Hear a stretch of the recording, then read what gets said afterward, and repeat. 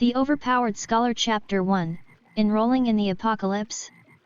Thank you, have a great day. Zero Castle droned even as the customer walked out of the door. He sighed, zoning out behind the cash register of the now empty convenience store. Just one more hour before I can go home. Zero mumbled to himself as he glanced at the clock. Another 60 dull minutes until 11 p.m. Then he could clock out of this damn job and relax at home. Suddenly, the door to the convenience store swung open with a jingle, revealing a young woman. She had light brown hair that fell over her shoulders and striking emerald eyes. She was dressed in a dirty, olive hoodie and blue jeans that had seen better days. Zero immediately perked up at the sight of her. "Hey, can I help you with something?" he asked, trying to sound more friendly than he actually felt. The woman gave him a small smile before approaching the counter. "I'm actually here to see Zero Castle," she said, her voice soft and melodic. "Is that you?" Zero raised an eyebrow. She was very attractive up close. "Yeah, that's me.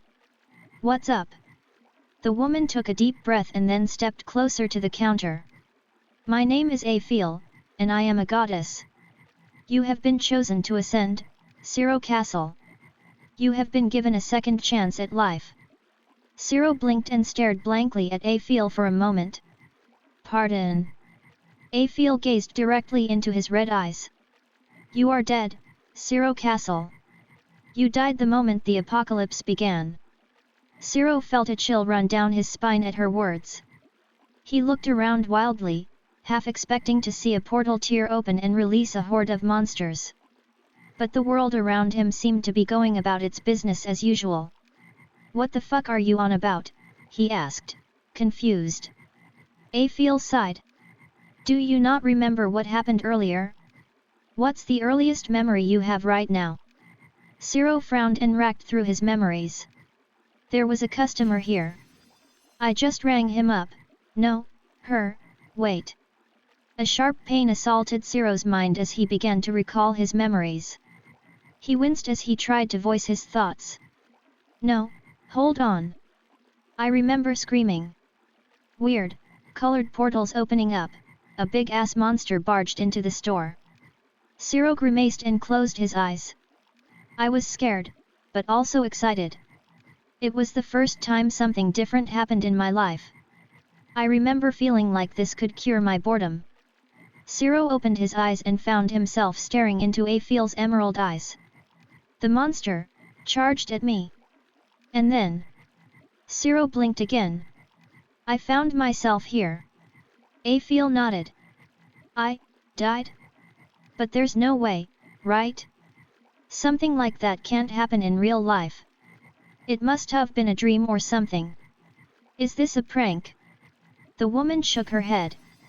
"No, you're dead, Zero Castle. But you were not supposed to be."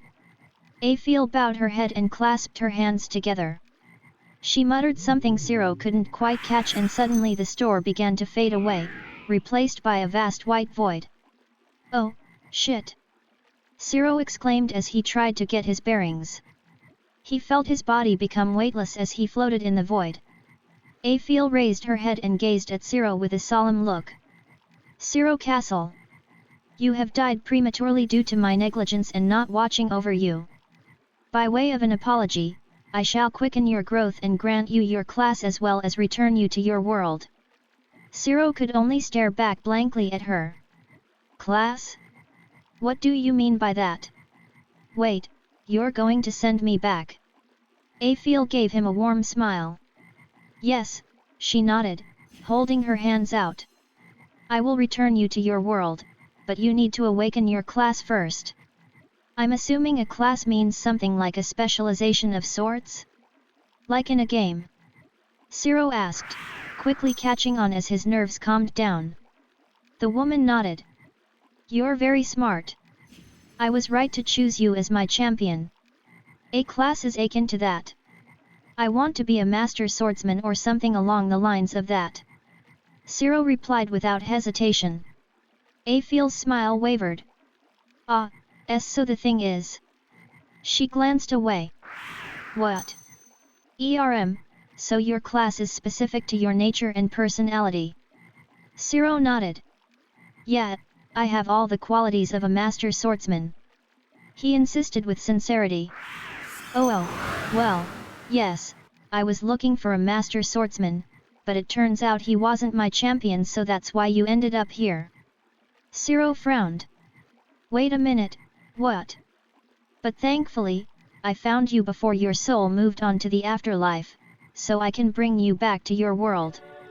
Unfortunately, it seems as though your personality isn't fit for a master swordsman. Aphil bit her lip. Zero grew quiet. So, you're saying that my personality doesn't match a master swordsman?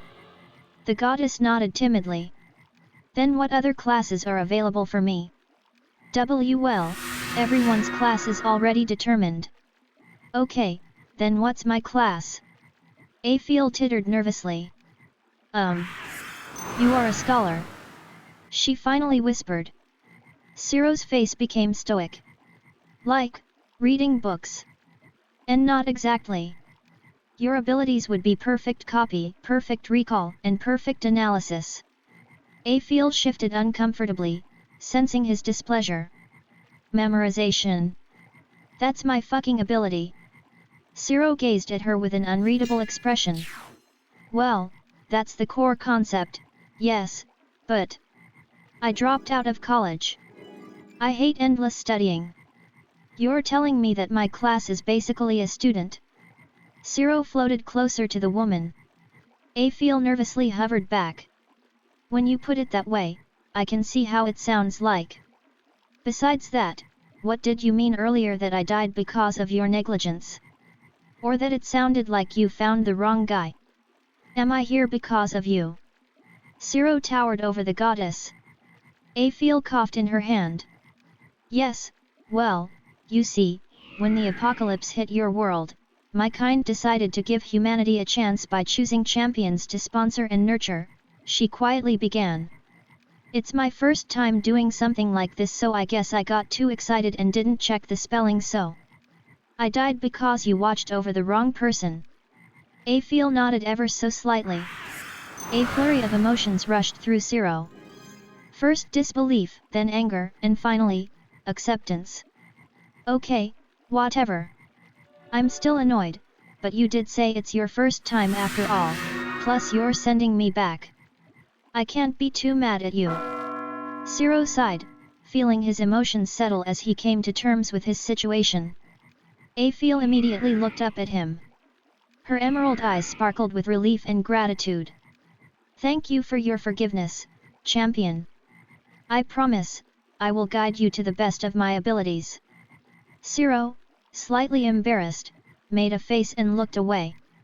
Yeah, I got it. Now send me back. I gotta figure out what I can do with this scholar shit. The goddess smiled sheepishly and fidgeted with her hoodie. Actually, can you give me a second? I have to find out how to send you back. Zero's body stiffened. He slowly turned his head back to Aphil. You serious? He whispered calmly. Aphil nodded apologetically. I am sorry, I really didn't expect this to happen. I'll try to find a way to send you back as soon as possible. How soon? Zero's voice was threatening. In a flash. Aphil yelped and suddenly vanished into thin air. For a moment, Zero wondered if the goddess had abandoned him. As soon as he thought that, Aphil blinked back into existence with a weak smile. Okay. I have found a way for you to return. Just hold on to my hand and close your eyes. Zero looked at her with disbelief, but decided to trust her. He reached out his hand and tentatively held onto Aphil's small, delicate fingers. She smiled encouragingly at him and closed her eyes, as if concentrating on something. He felt a strange sensation, like he was being tugged or pulled, and then everything went black. When Zero opened his eyes in the next moment, he found himself standing in front of the convenience store that he worked at. Holy shit, I'm back, he muttered to himself, stepping into the store. Hello, welcome to Mart. A voice droned out to him. Hey. Zero paused with a frown. Who the fuck are you? An unfamiliar middle-aged man with grey hair stood behind the counter. Zero was absolutely certain that no one new had been hired yet. What? The man replied with a bored expression. Are you new here? Zero asked as he stepped up to the counter. No. I've been working here for a couple of months now. Zero's frown deepened. How come I've never seen you around then? I've been working here longer than you. The man stared back at him with a blank look. I'm sorry sir, but I've never seen you around here either. I don't know what you're on about, but I started soon after the monsters invaded about a year ago. There was a moment of silence. A year ago. The man nodded with a dull expression. You've been living under a rock? There was an apocalypse about a year ago. Zero suddenly gripped the counter as he felt overwhelmed and nauseous. I've been gone for a goddamn year. Chapter 2, A Rushed Orientation. Zero walked back to his apartment with his mind swarming with thoughts. He was thankful the convenience store was roughly 5 minutes or so from his apartment. Did that goddess send me to the future, he mused to himself. As Zero drew closer to his apartment complex, he began to notice that things were off. First, the roads were paved anew, and there were more people walking around than Zero remembered. Second, there were a lot more shops and buildings that were unfamiliar to him. Finally, as Zero rounded the corner, he discovered that instead of his dilapidated apartment complex, a tall and dignified gated building stood in its place. For a moment, he stood outside the steel gates and stared at the building. Where the fuck is my apartment? An image of a field flashed through his mind, and Zero became aware of a rising irritation bubbling within him. Are you lost? Or are you here to register as an ascendant? A soft voice called out behind him. Zero turned around to see a young, fair-skinned woman standing there. She had long, flowing silver hair and bright blue eyes. Her attire was simple, yet elegant, a casual business blazer over a white blouse and a pencil skirt. She smiled at him, her expression warm and welcoming. Zero immediately dropped his eyes to half-mast and gave her a suave grin. Yeah, I'm here to register or whatever. Maybe a beautiful woman like you could guide me. Zero dropped his voice an octave lower. The woman blinked, seemingly caught off guard by his sudden change in tone. Her cheeks flushed slightly, and she hesitated before responding.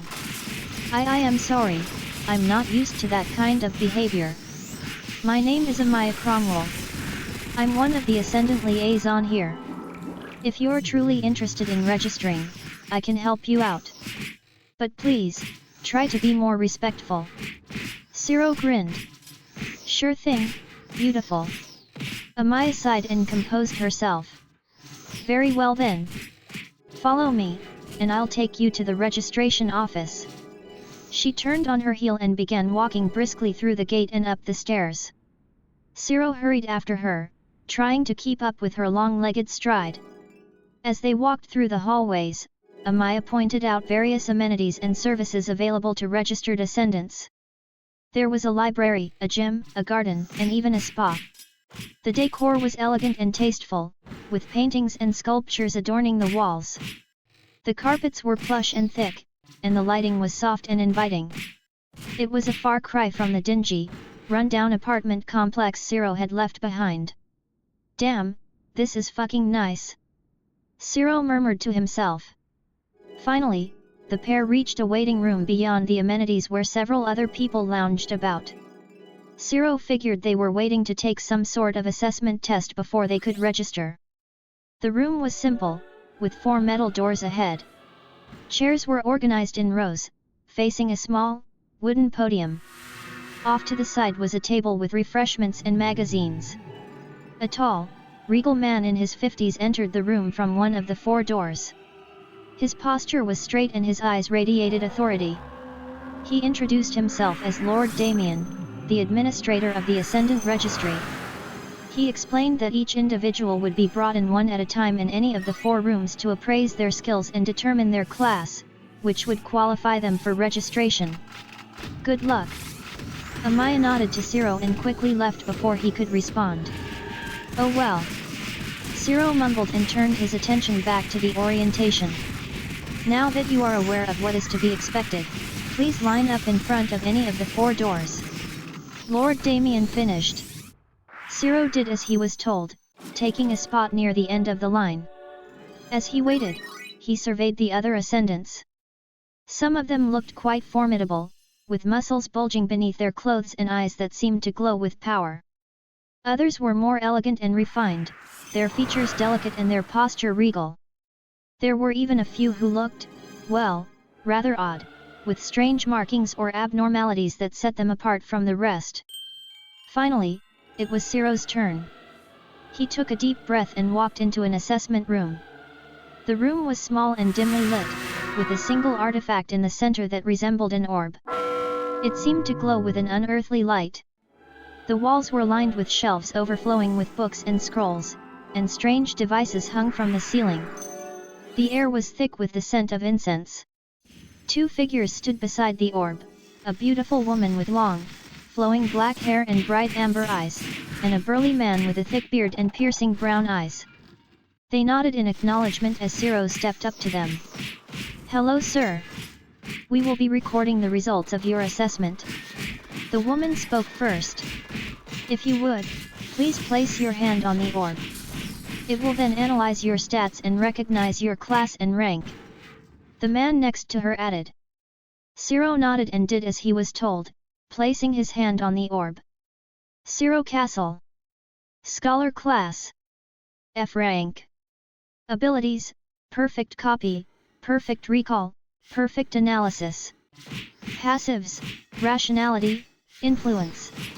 The orb immediately boomed. Well, there are a lot of jobs that require specialized academic classes. The woman finally spoke after the awkward silence. Yes, even tacticians and commanders maintain civilian jobs on the side. The man chimed in with a reassuring smile. Zero feigned a smile and tried to hold himself back from crying. Oh, really? That sounds good, he managed to keep his voice steady. We will process your information and grant you your Ascendant license in a few days. For now, please head over to the Office of Ascendant Liaisons. You can get more information or guidance there. The woman motioned to the door.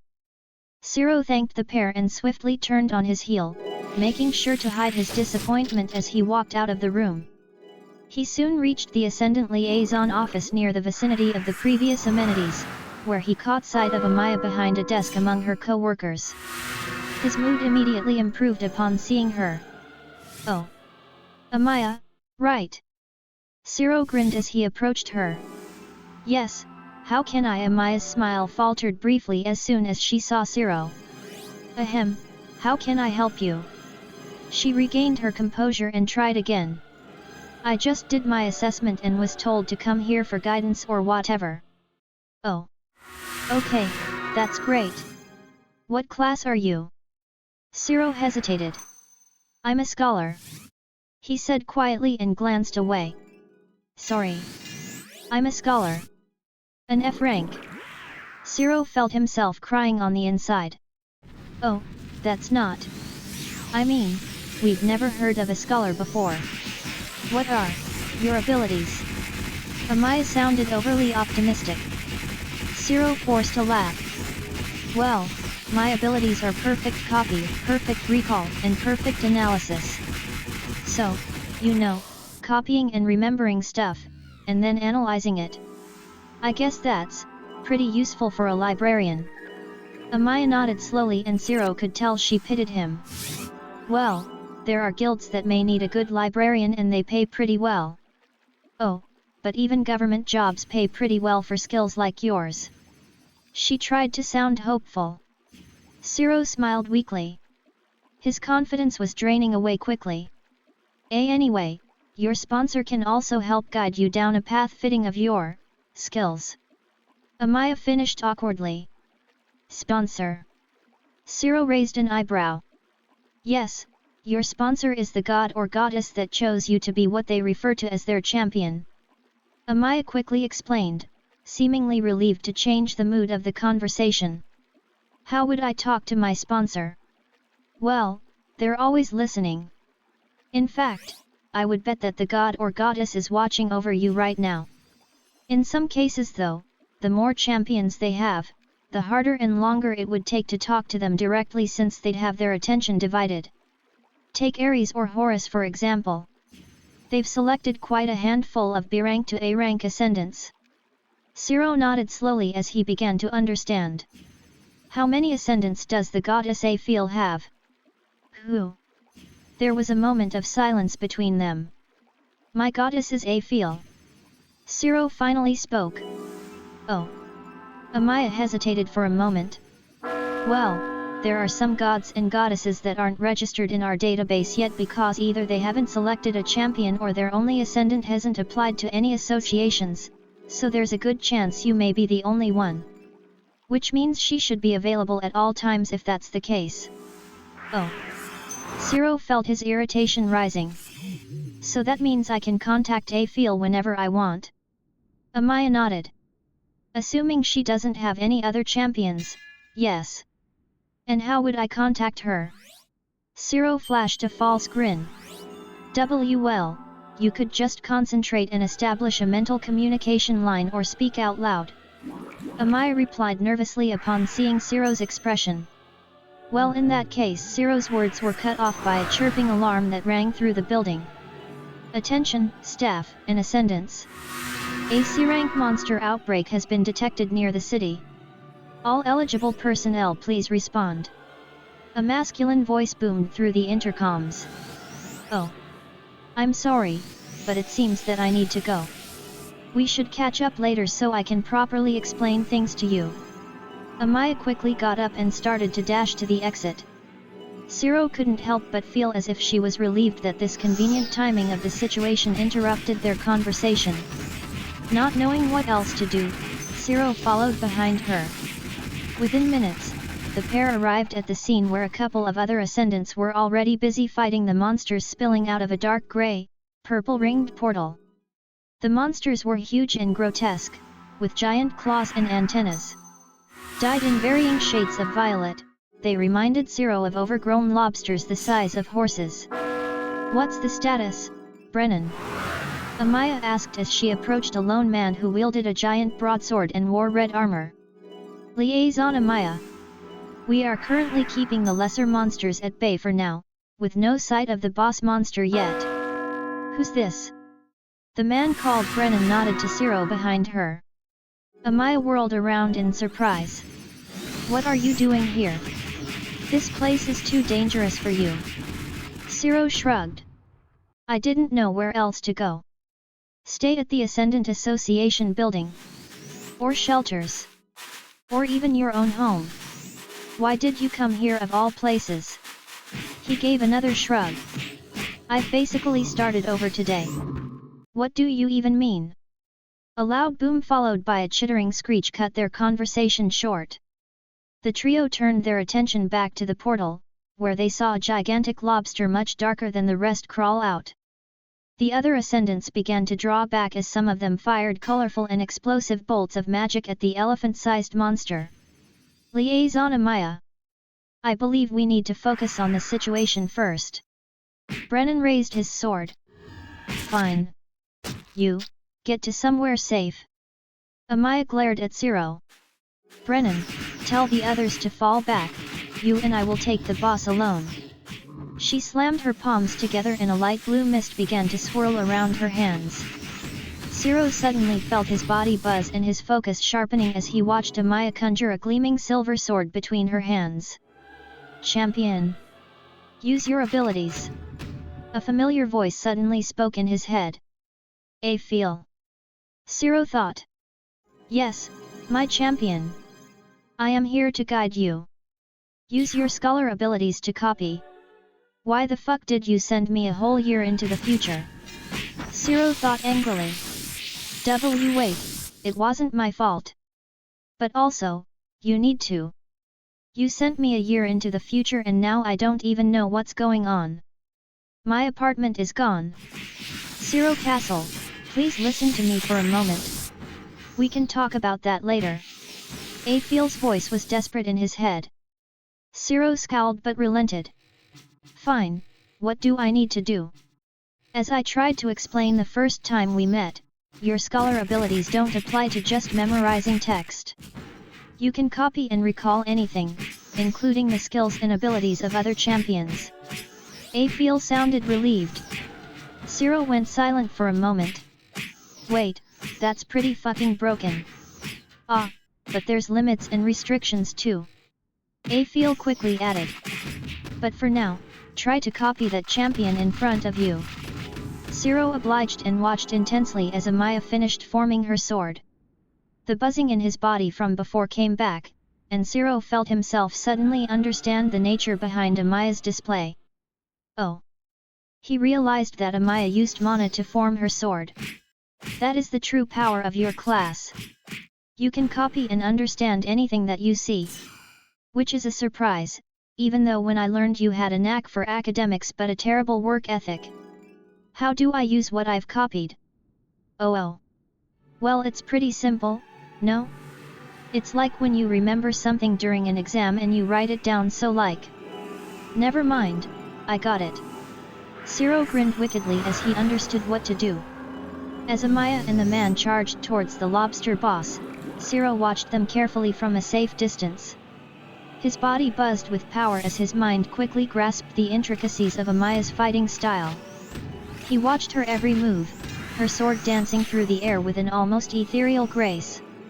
Zero realized that she was using mana to supplement her movements as well, giving her a huge boost to her speed and strength. Finally, Amaya charged up blue mana in her sword, firing the condensed mass of light at the lobster. Despite the might of the attack, the lobster boss seemed to suffer a mild burn as it roared in anger. Shit, the hide is too tough. Zero heard Brennan yell out to Amaya. Afiel. Yes. Perfect analysis. Does that mean I can understand anything I see? Yes? What are you planning, champion? Zero didn't reply. Instead, he directed his attention to the lobster boss and increased his focus. His body buzzed with power again and Zero found himself able to understand the monster's biological structure. A menacing grin slowly spread across his face. This is way too fucking strong, he whispered to himself. As Amaya and the man struggled to keep the lobster boss at bay, Zero clasped his palms together and concentrated. A green haze began to form and swirl around his hands as Zero felt himself become lighter and energized. So this is mana? This is pretty cool, he murmured and formed a silver blade similar to the way Amaya formed hers earlier. Champion? Please be careful. Your abilities may be strong, but your body cannot withstand their full capabilities yet. Afiel sounded worried. Ah, I'll be fine, Zero thought as a wicked expression bloomed on his face. There's no way I wouldn't try this out after learning what I can really do. Zero finished crafting his sword in noticeably less time than Amaya and began to circulate the mana inside his body. He could feel himself growing stronger and lighter. Champion, don't overexert yourself. Zero ignored her and charged ahead. What the Amaya watched incredulously as the young man who had shamelessly hit on her before now danced around the boss monster gracefully. Zero deftly dodged and weaved around the giant lobster's attacks as he sliced at its joints with precision. The blade felt balanced but strong in his hands and Zero's blood pumped with excitement as he executed the same moves he watched Amaya perform earlier. Despite the overflowing power he felt, Zero could tell his body was beginning to burn out. Is this all I can do for now? Zero thought to himself, irritated. A feeling of refusal rose within him, and he increased the speed of his attacks, furiously severing the muscles between the cracks of the hard exoskeleton. In mere moments, Zero had completely severed all of the boss's tendons, rendering it unable to move. Zero finally ceased his attack and created some distance between him and the monster, joining Amaya and Brennan as he retreated. Fuck, Zero panted heavily, feeling exhaustion setting in as he leaned on his knees. I didn't expect that to be so tiring. Both Amaya and Brennan stared at him in shock. I thought you were a scholar, Amaya whispered over the agonized chittering of the boss. But you just used skills that spell blades have. What exactly is a scholar? Zero gave an evil smirk. Oh, I'm definitely a scholar. And I'm fucking strong. He suddenly fell forward and hit the ground face first. Anyways, Zero's words were muffled by the asphalt. You guys are able to finish the boss off, right? Amaya took a moment to process everything. El liaison Amaya. We must kill the boss so that the portal can close. Brennan shook them both out of their stupor. Right, right. Okay, let's finish this. Amaya turned her attention back to the incapacitated lobster boss, still in bewilderment. Zero closed his eyes as he heard the pair rushing off to end things. I'm so fucking cool, he mumbled as he finally passed out. Chapter 3, First Day. As Zero slept, he found himself drifting through a dreamlike state, surrounded by swirling colors and ethereal sounds. He felt as if he were floating, weightless, and free from the constraints of his body. He could sense the presence of someone else nearby, a warmth that enveloped him like a comforting blanket. Zero surged forward, guided by the warm presence until finally he was able to make out who it was. My champion. Afiel smiled and bowed her head in greeting. Zero stared at her for a moment. So, you gonna explain what the fuck is going on? He asked in annoyance as he fought the urge to rip into her. Afiel's smile faltered and she quickly raised her hands up in defense. Why yeah, I'll explain. Just don't get mad at me yet, please. Afiel's calm facade immediately broke under his scathing gaze. Zero crossed his arms and tapped his finger impatiently. Afiel cleared her throat. So I assume that the biggest question is why you were sent a year into the future. Zero nodded but otherwise said nothing. Well, that's because the goddess who told me how to send you back wasn't clear, so I kind of messed it up and that's how you ended up there. Afiel averted her gaze. Zero's eyes widened. You messed up. So, that's why I'm here. His anger began to boil over. You just sent me into the future like it was nothing. You could have killed me or sent me to some random time where I'd be stuck or something worse. How could you just do that so casually? Afiel flinched and stepped back, raising her hands in defense. I didn't mean to. It was an accident. It was my first time, I'm sorry. I'm so sorry. Tears began to form in the goddess's eyes. Some of Zero's anger began to subside as he saw Afiel on the verge of crying. Okay, it's fine, he sighed, feeling a twinge of guilt. Is there any way for you to send me back to the first day of the apocalypse? Afiel sniffed and shook her head timidly. I'm sorry, champion, but once you return to Earth, I cannot send you anywhere else. Zero forced himself to hold in his anger. Okay, fine. I'll let this go since you helped me understand my abilities. Speaking of, I have a question about that. Why am I a scholar? What made you choose me? What's the purpose of all this? Afiel made a face. That's a lot of questions. Well, I can only answer the first two, the goddess composed herself. To answer why you are a scholar, you remember how I explained that your nature and personality contributes to your class. Zero nodded. Well, in your past life, you have shown incredible talent for learning and understanding things very quickly. Although, you also had a tendency to be lazy. Afiel nervously looked at him. Zero kept his composure despite his irritation. So the scholar is a class that can immediately memorize, understand, and recall just about anything without effort, true to your personality. The goddess continued carefully, watching Zero's face. That sounds about right, he admitted, even though he wasn't very happy about it. I hate prolonged studying and would rather learn things I can actually use. Afiel nodded. That's why the scholar is the perfect class for you. I noticed that you changed something called a major several times while attending an academic institute. Zero grimaced. That's because they all became tedious at some point. I just wanted to graduate without having to cram useless side information. The goddess smiled, but Zero got the feeling she didn't really understand what he was talking about. Whatever. So, what made you choose me? Zero changed the topic. Afiel hesitated for a moment. Because I saw potential in you. Bullshit. Zero immediately countered. Afiel began to visibly sweat. I mean it. You have the potential to be a great champion. You have the intellect to understand the world and the adaptability to survive in it. You have the strength to fight against the odds and the resilience to overcome any challenge that comes your way, she insisted. Cyril leaned in closer to the goddess. What's the real reason? Afiel shrank back.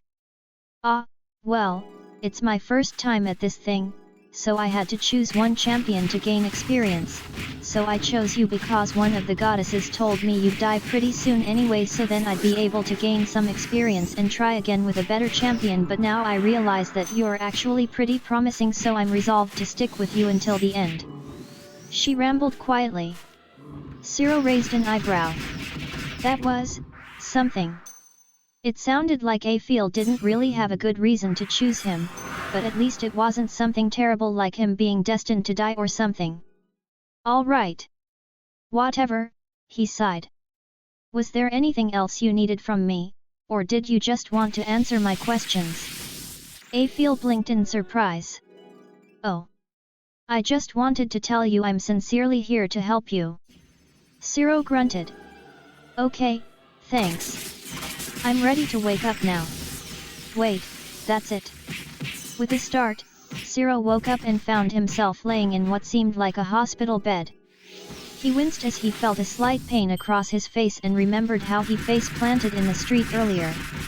The room was surprisingly well lit and had a clean, sterile smell.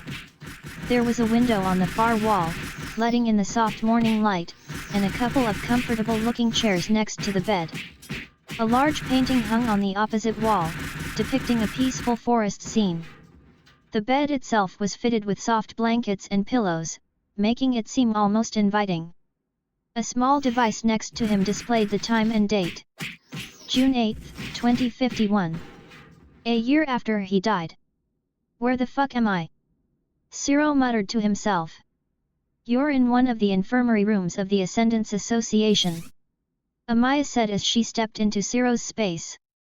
Oh? Are you supposed to be my nurse? Ciro asked slyly with a sultry look. Stop that. I'm an Ascendant liaison. I'm here to check up on you after your performance against the C-rank boss. Amaya cut him off. Ciro grinned. Sure. Anyways, I'm curious as to how you managed to pull that off. It was almost as if you were copying me. Amaya continued, her annoyance replaced by curiosity. I was.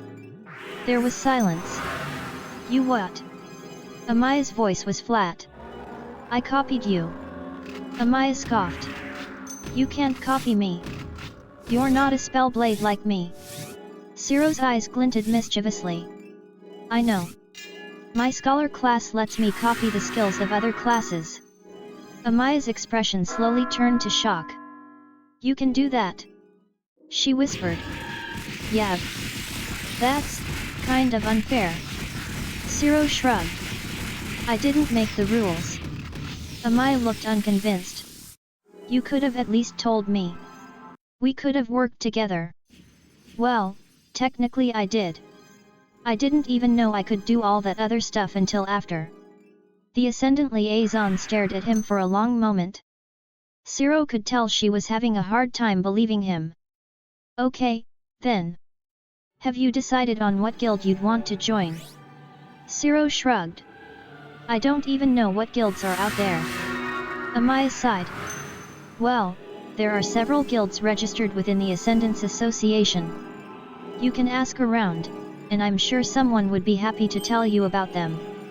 Or, if you'd like, you can come with me and I can introduce you to the guild master of the Blue Wave Brigade. Ciro fought the urge to snicker at the name. That the guild you belong to? Yes. It's the guild I've been assigned to since I became an ascendant. But you don't have to join it. You're free to choose whichever guild you'd like. For a moment, Zero thought to himself. Nat, I don't want to join any guilds. Amaya looked surprised. Are you sure? It's not that bad. Being part of a guild can be really rewarding, both in terms of friendship and advancement. I'll pass, thanks. The Ascendant Liaison frowned at him. What do you mean? If you don't join a guild, it'll be hard for you to do anything without their support. Zero grinned. Don't worry about that, beautiful. I know exactly what to do. Amai raised an eyebrow at his comment. Oh? And what's that? A malicious gleam slowly crept into his eyes. Let's just say I've got some learning to do. Amaya stared at him for a moment, still unsure if she should believe him or not. But then, she shrugged. All right, if that's what you want. Well, I should be going now. If you change your mind, you know where to find me. Zero grunted in response. After Amaya left, some medical staff came shortly to check up on Zero. They deemed him stable for discharge and he soon found himself standing in front of Amaya at the Ascendant Liaison office again. Did you change your mind that quickly? Amaya didn't seem too pleased to see him right after their earlier conversation. Nat, Zero shook his head. I actually don't have a clue on what to do now.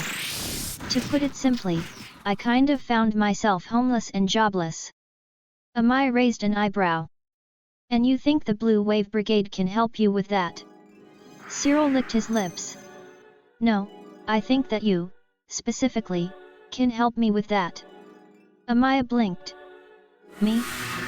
How? Are you not an Ascendant Liaison?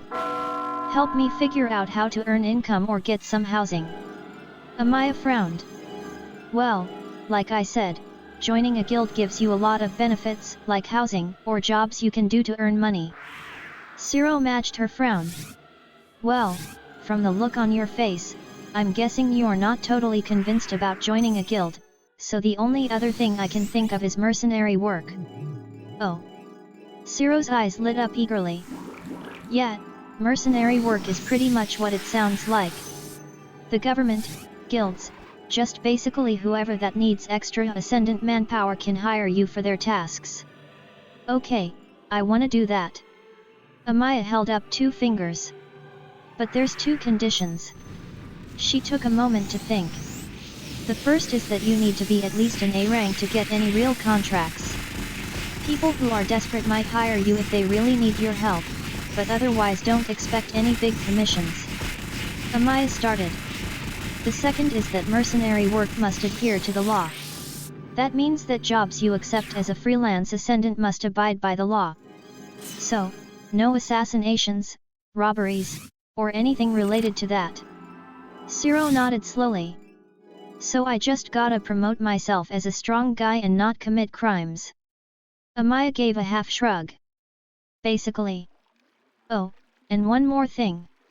Since you're new to the city, you should probably get yourself an Ascendant ID card, but you should receive it soon since you just did your assessment.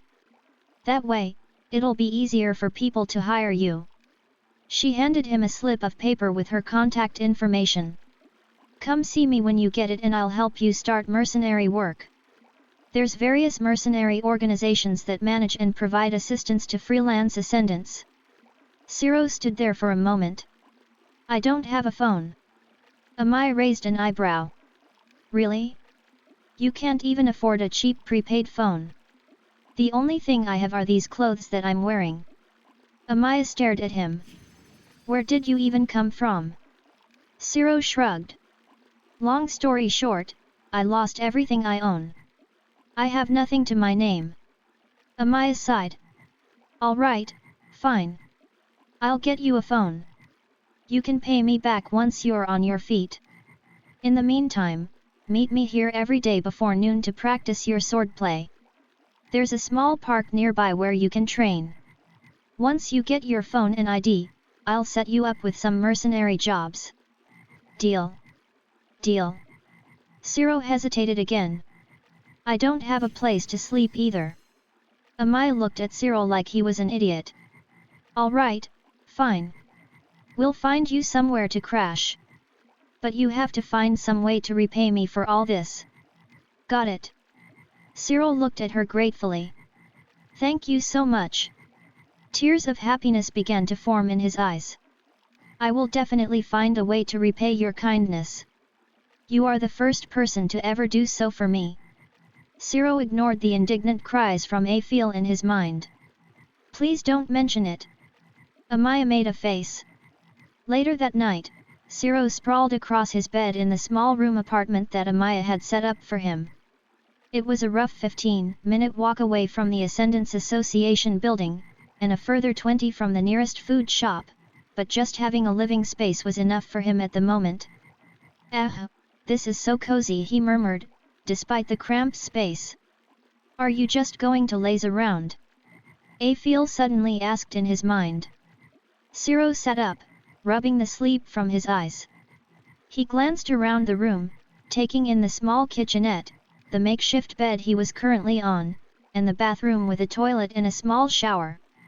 The place was definitely cleaner than the apartment complex he'd been staying in before the apocalypse, and it had a window that let in some natural light. Where else would I go? He muttered. Well, that champion said that even if monster outbreaks are contained, there are still some that slip through the defense and lurk in the city. Maybe you could hunt those monsters and grow stronger. Cyril laid back on the bed. Nat, I think I'm gonna sleep tonight. Afiel went quiet for a moment. You know, there could be other champions hunting those stray monsters. You could copy their skills too. Cyril immediately sat up. There was a burning greed in his eyes as a malicious grin spread across his face. You might be onto something. See, I knew you weren't that incompetent. He praised Afiel with an evil chuckle. My champion, you scare me sometimes. Cyril soon found himself wandering through the streets of a city he couldn't recognize anymore. What the fuck, everything is so new. It seemed that in the year he was gone, the city had renovated itself with new buildings and amenities. Even the street lights that had flickered in the dark before now shone brightly with renewed vigor. As Cyril walked down the street, he noticed several people on patrol with glowing symbols on their faces and clothing. They were probably other mercenaries or ascendants. He considered approaching one of them, but decided against it for now. There was no point in attracting unwanted attention when he was still so weak. Instead, he focused on the task at hand, finding a stray monster to hunt.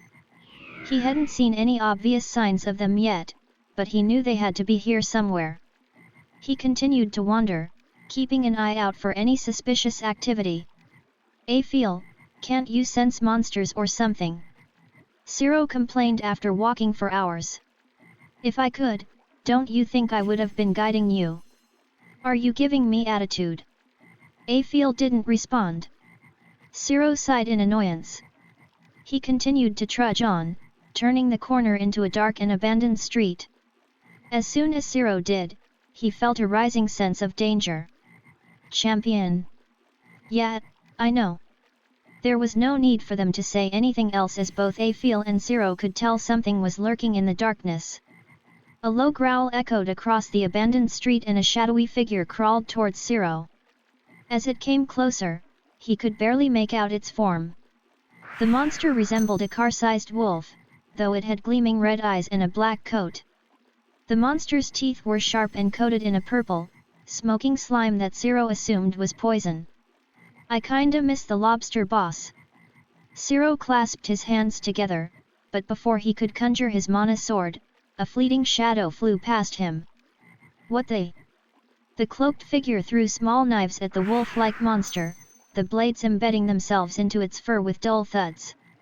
The monster howled in pain and charged at the newcomer. Cyril watched with amazement as the stranger deftly avoided the monster's claws, leaping around and throwing knives whenever there was an opening. The monster was soon coated with more knives than Cyril could count, and the stranger finally leaped back, snapping their fingers. In a split second, all of the knives glowed a bright purple and then exploded, causing the monster to blow up into pieces. Dark red blood splattered on the walls of the weathered and vacant houses. Oh! Zero's body buzzed with power as he subconsciously copied what he saw. He quickly realized that the knives were created with mana and could explode via the user's will. As the stranger made sure the monster was completely destroyed, Zero crept up behind them. That was cool. The stranger let out a surprisingly high-pitched shriek and whirled around, throwing a knife at Zero. He yelped, barely managing to dodge the projectile that flew at his head. Hey, easy. I'm not a monster. Zero quickly raised his hands in a gesture of peace. The stranger was crouched, seemingly on edge as they gazed at him with brilliant violet eyes. Sorry. The stranger quietly said, their voice a soft pitch. Who are you? Zero asked, cautiously lowering his hands. The stranger hesitated for a moment before finally lowering their hood and answering, My name is Nala. Zero was momentarily stunned as she stepped under the streetlights and revealed her face. Her features were delicate and fair, with high cheekbones and a pointed chin. Her skin was a warm honey brown, contrasting beautifully with her violet eyes. Long, silky black hair framed her face, falling to her waist in gentle waves. She wore a sleeveless, dark blue top that revealed her toned arms, and a pair of tight-fitting black pants tucked into high-heeled boots. A belt around her waist held several knives and other mysterious trinkets. Are you single? The question took Nala by surprise. She glanced at Zero, her violet eyes narrowing slightly. Why do you ask? Cause I think you're beautiful. Zero shamelessly declared. Nala's cheeks flushed, and she looked away for a moment. Thank you. But I'm not interested in dating anyone right now. She replied quietly. He clicked his tongue in disappointment. Maybe you could change your mind later? How about we grab lunch sometime? Champion. Afiel's voice suddenly spoke in Zero's mind with an exasperated tone. Not interested. And I don't know you. Nala shifted uncomfortably. Name Zero. I'm a mercenary. He grinned, flashing his teeth boldly and giving her a thumbs up. Well, you're not technically a mercenary yet. You don't have your license. Zero ignored Afiel. Are you a mercenary too? He raised an eyebrow at Nala. She glanced at him again, a small smile tugging at the corners of her lips. Not in the way you mean. I'm just someone who enjoys helping others. Oh, a sense of justice and whatnot. I'm the same way. He lied. Okay. Nala fidgeted awkwardly. Well, I have to go now, there's probably more monsters that need to be purged. We could hunt them together. He stepped forward and extended his hand. And maybe next time. Nala shrank away from Zero. Champion. I think you're scaring her off. Afiel reprimanded Zero in his mind. Zero grinned sheepishly, taking a step back. Right, sorry. Well, maybe you could show me how to use those knives sometime. He offered, gesturing towards the knives on Nala's belt. Nala raised an eyebrow. Sorry, but unless you're a Shade Reaper like me, I can't teach you any of my skills. Zero conjured a mana knife and threw it into a nearby wall. He snapped his fingers and the knife exploded with a green flash. There was a crater left in the weathered brick wall. Like that. Nala stared at him for a moment. You're a Shade Reaper too. No, I'm a scholar. He replied bluntly. Nala's mouth opened slightly. You're a scholar, she repeated, as if she couldn't quite believe it. But you don't look like one. You don't have the air about you. I don't even know what a scholar is. Zero pushed aside his hurt and flashed a confident smile. That's because there's never been a scholar before. Anyways, I'm able to copy and use the skills of other ascendants. Nala took a step closer, her expression curious. So you're saying you're a scholar, and not a Shade Reaper, but you can still use my knives? Yep, his face had a sinister grin. Pretty cool, right? Nala hesitated for a moment upon seeing the look on Ciro's face before slowly nodding. Yeah. That is pretty cool. She glanced at the knives on her belt once more. Well, if you really want to learn, I could show you some basic stuff. Ciro had to stop himself from drooling. Yes, please. He said excitedly, his mind racing with the thought of copying more skills and spending more time with this beautiful woman. Ah, sorry, but I'm still on patrol, so we could meet up tomorrow night. Nala bowed her head. Ciro nodded eagerly. Tomorrow night it is. He grinned, his gaze lingering on her for a moment before snapping back to her face. I'll meet you here at the same time. Okay. Nala gave him a strange look before she threw her hood back on and quickly slipped away into the shadows. Ciro stood there for a moment before turning around to walk back to his apartment. Champion. Afiel spoke in his mind after a while. Are you going home? Yep. But, you didn't hunt any monsters. You only copied one skill. And that's what I like to call a job well done. You barely did anything. I scored a night date with Nala. And I've got a rest for my day date with Amaya. Two pretty girls with truckloads of skills to copy from. I hope there'll be more women and skills in the future. Afiel was speechless. Are skills and women all you ever think about? No, I think about money and food, too. Ciro chuckled, picturing the annoyed expression on Afiel's face. The truth was, he'd never really thought about it before. Skills were like treasures, rare and valuable, and the women who possessed them were even more so. To be able to copy them, to make them his own, to improve upon them, it was a thrill unlike any other. And the women themselves, well, they were just an added bonus. Afiel, if there's one thing you should know about me, it's this, Ciro grinned wickedly. I refuse to be your cookie-cutter stereotypical hero. It's too much work and frankly, I'm sure there's people out there who would do a better job of being the heroes. So, I'll let them do all the hard work and copy their strength to live the comfortable life I've always wanted. He paused for a moment, letting his words sink in before continuing. As for women, well, they're just a motivator. A way to improve myself, both in terms of skills and experiences. They're like books, each with their own unique knowledge to share. And just like any other bookworm, I can't help but want to read them all. I've made a big mistake. Ciro chuckled menacingly. Well, you're stuck with me now. Thank you for your guidance, my goddess. Chapter 4, Study Session. The night passed, and Ciro eagerly awaited the dawn, for it would bring with it another day filled with possibilities. He woke up to the sound of birds chirping outside his window, stretched lazily, and made his way to the bathroom to wash up. As he splashed water on his face, he couldn't help but feel a sense of accomplishment. Not only had he managed to secure a date with Nala, but he had also given Afiel something to think about. Life was good. Ciro finished getting ready and headed out to meet Amaya at the park she had chosen to practice their swordplay. When he got there, he couldn't help but gaze at Amaya's outfit. She wore a sleeveless white top that clung to her curves, revealing the hint of a tan line along her stomach. Her black leather pants hugged her legs, showing off her toned thighs and calves. Her silver hair was tied up in a ponytail.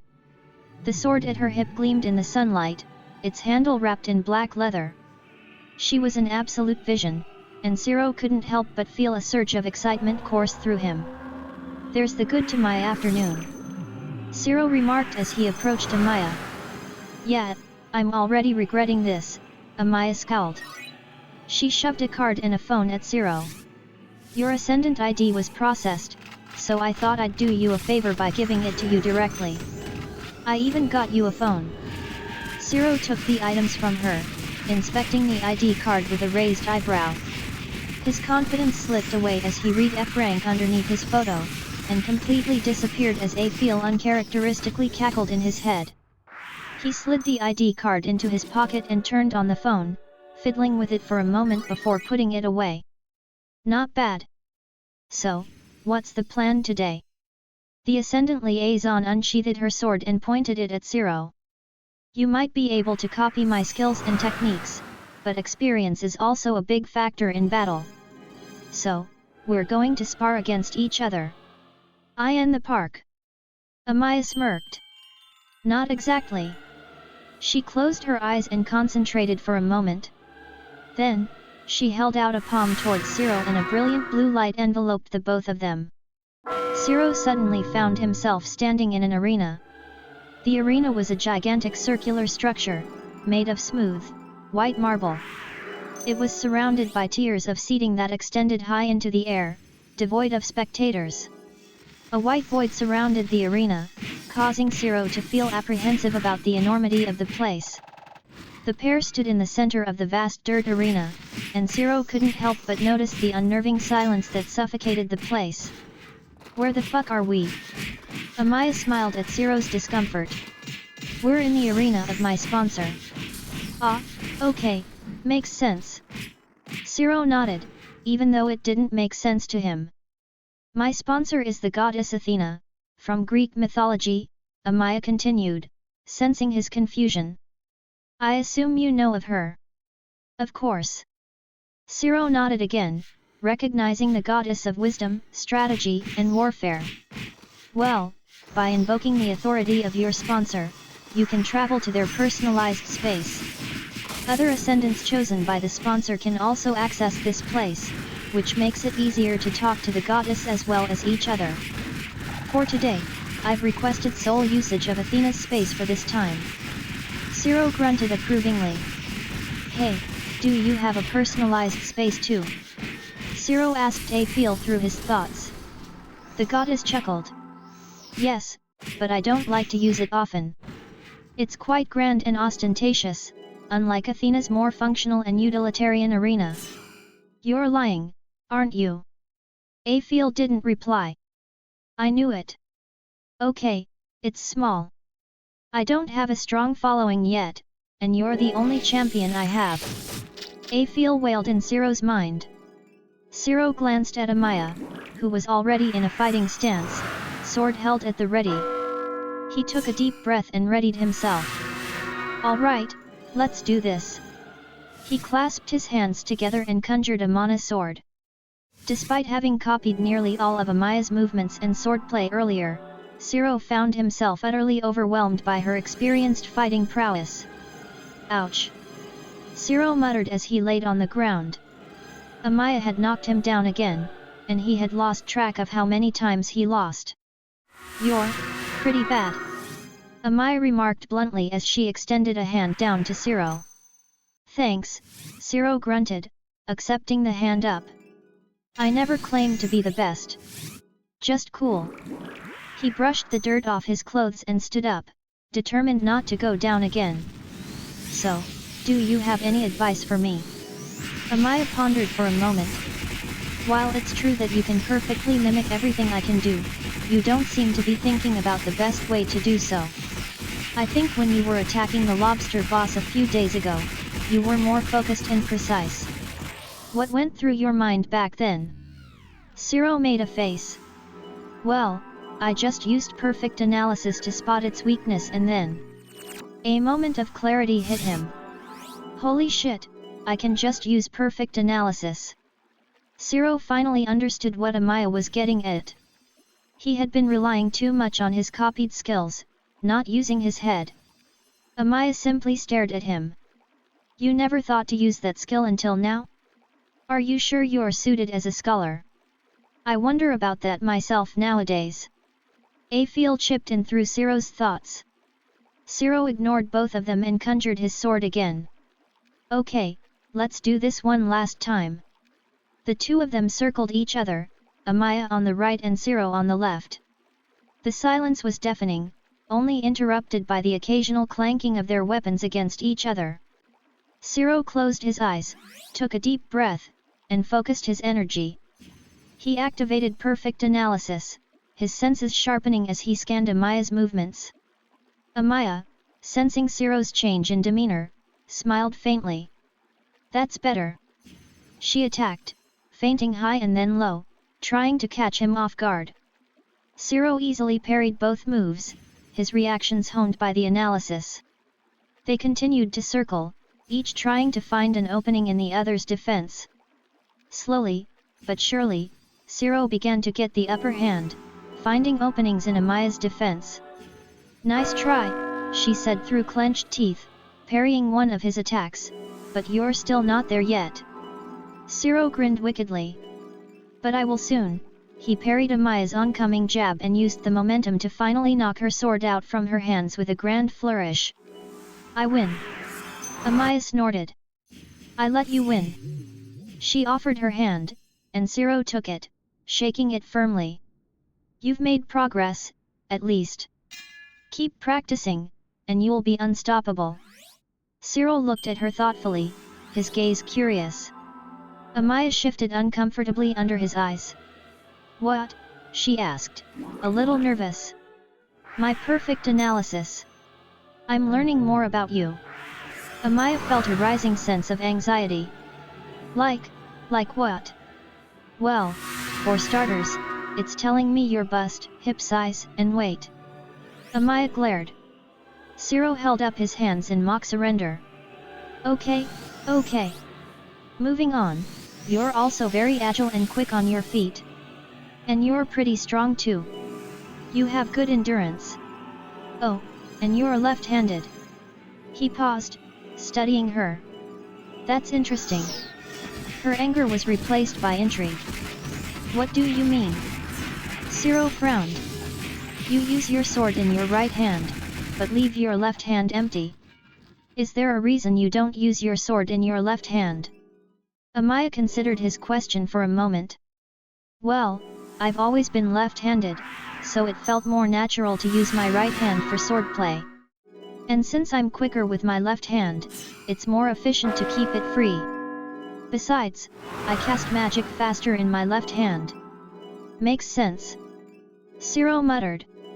Amaya sighed and stretched her arms up in the air. "Let's stop here." She closed her eyes and a brilliant blue light enveloped the pair, bringing them back to the park after the light faded.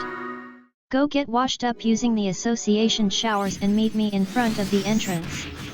We need to do something about your F rank so you can start mercenary work." Zero nodded, wiping the sweat from his brow. He had managed to improve his swordplay significantly in just a few short hours. Granted, he did have his perfect analysis as a crutch, but it didn't make him feel any less accomplished. As he walked toward the showers, he wondered what Amaya had in store to help him raise his ascendant rank. "Maybe I have to retake the assessment again," Zero murmured to himself. He arrived at the showers, nodding at the other male ascendants as he passed by. Some of them gave him curious glances, which was understandable since it was his first time using the showers, so they were seeing him for the first time. He stripped off his clothes and stepped under the warm water, letting it wash away the sweat and grime of training. After he finished washing up, Zero dressed himself and headed back to the entrance of the association building, where Amaya was waiting. "So, what do you have in mind?" he asked her as they walked side by side. He was curious to see how she planned on helping him raise his rank. Amaya made a face. "Well, after you take the assessment test, the only way to raise it is by clearing trials set by the Ascendants Association." Zero grunted. "I assume the trials act like an advancement test? Like if I clear a D rank trial, I get promoted to D rank?" Amaya nodded. "Exactly. What the fuck, am I in some sort of generic RPG comic story?" he muttered to himself. "Hey. Nothing," Zero shook his head. "So, I'm guessing you're going to train me up so I can take the D rank trial. You're smarter than you look." Amaya gave him a playful smirk. Zero scowled, but it was quickly replaced by a crazed smile. Amaya flinched at his expression and warily stared at him. "What are you thinking about?" she asked cautiously. "Fuck that," Zero had an unhinged gleam in his eyes. "Take me straight to the A-rank trial." Amaya's eyes widened in surprise, and she took a step back. What? Oh, Zero paused. Wait, I need you to do me a favor before I tackle the A-rank trial. What sort of favor? Amaya continued to watch him warily. Zero solemnly bowed his head. Please introduce me to as many A-rank ascendants as you possibly can. Oh. Amaya said, understanding now. Well, I can do that, but I can't guarantee they'll want to train you. Who said anything about training? A sinister smile on his face matched the crazed look in his eyes. Right. Why did I expect anything else? Chapter 5, Peer Review. Later that afternoon, Amaya managed to call up 2 of her close friends for Zero to meet. The first A-rank ascendant was a woman named Kanna. She was tall, with short black hair and piercing brown eyes. She wore a flowing red kimono that accentuated her curves, and she carried herself with an air of confidence that could only belong to someone who had earned their place in the world. As they met at a quiet cafe, Kanna ordered a cup of tea and took a seat across from Zero. Zero said nothing and simply stared at Kanna. Zero. Amaya nudged him. Zero blinked, breaking his stare. Oh, hi. He said, forcing a smile. It's a pleasure to meet you, Kanna. I'm Zero. He reached out to shake her hand, but Kanna merely raised an eyebrow and sat back in her seat. Anyways. Zero would like to see a demonstration of your skills, Kanna. Amaya tried to break the awkward atmosphere. Kanna raised an eyebrow. And what makes you think I'd want to do that? Despite their closeness, Amaya knew how proud Kanna could be. A slight feeling of anxiety crept over her as she tried to think of a way to convince her friend. To the shock of both women, Zero abruptly got out of his seat and knelt down in front of Kanna, his head on the ground. I am but a humble F-rank ascendant. Zero proclaimed loudly. I wish to see the strength of a rank I can only dream of achieving. The 2 women were stunned for a moment. Amaya could feel her face heat up from embarrassment and knew Kanna felt the same way.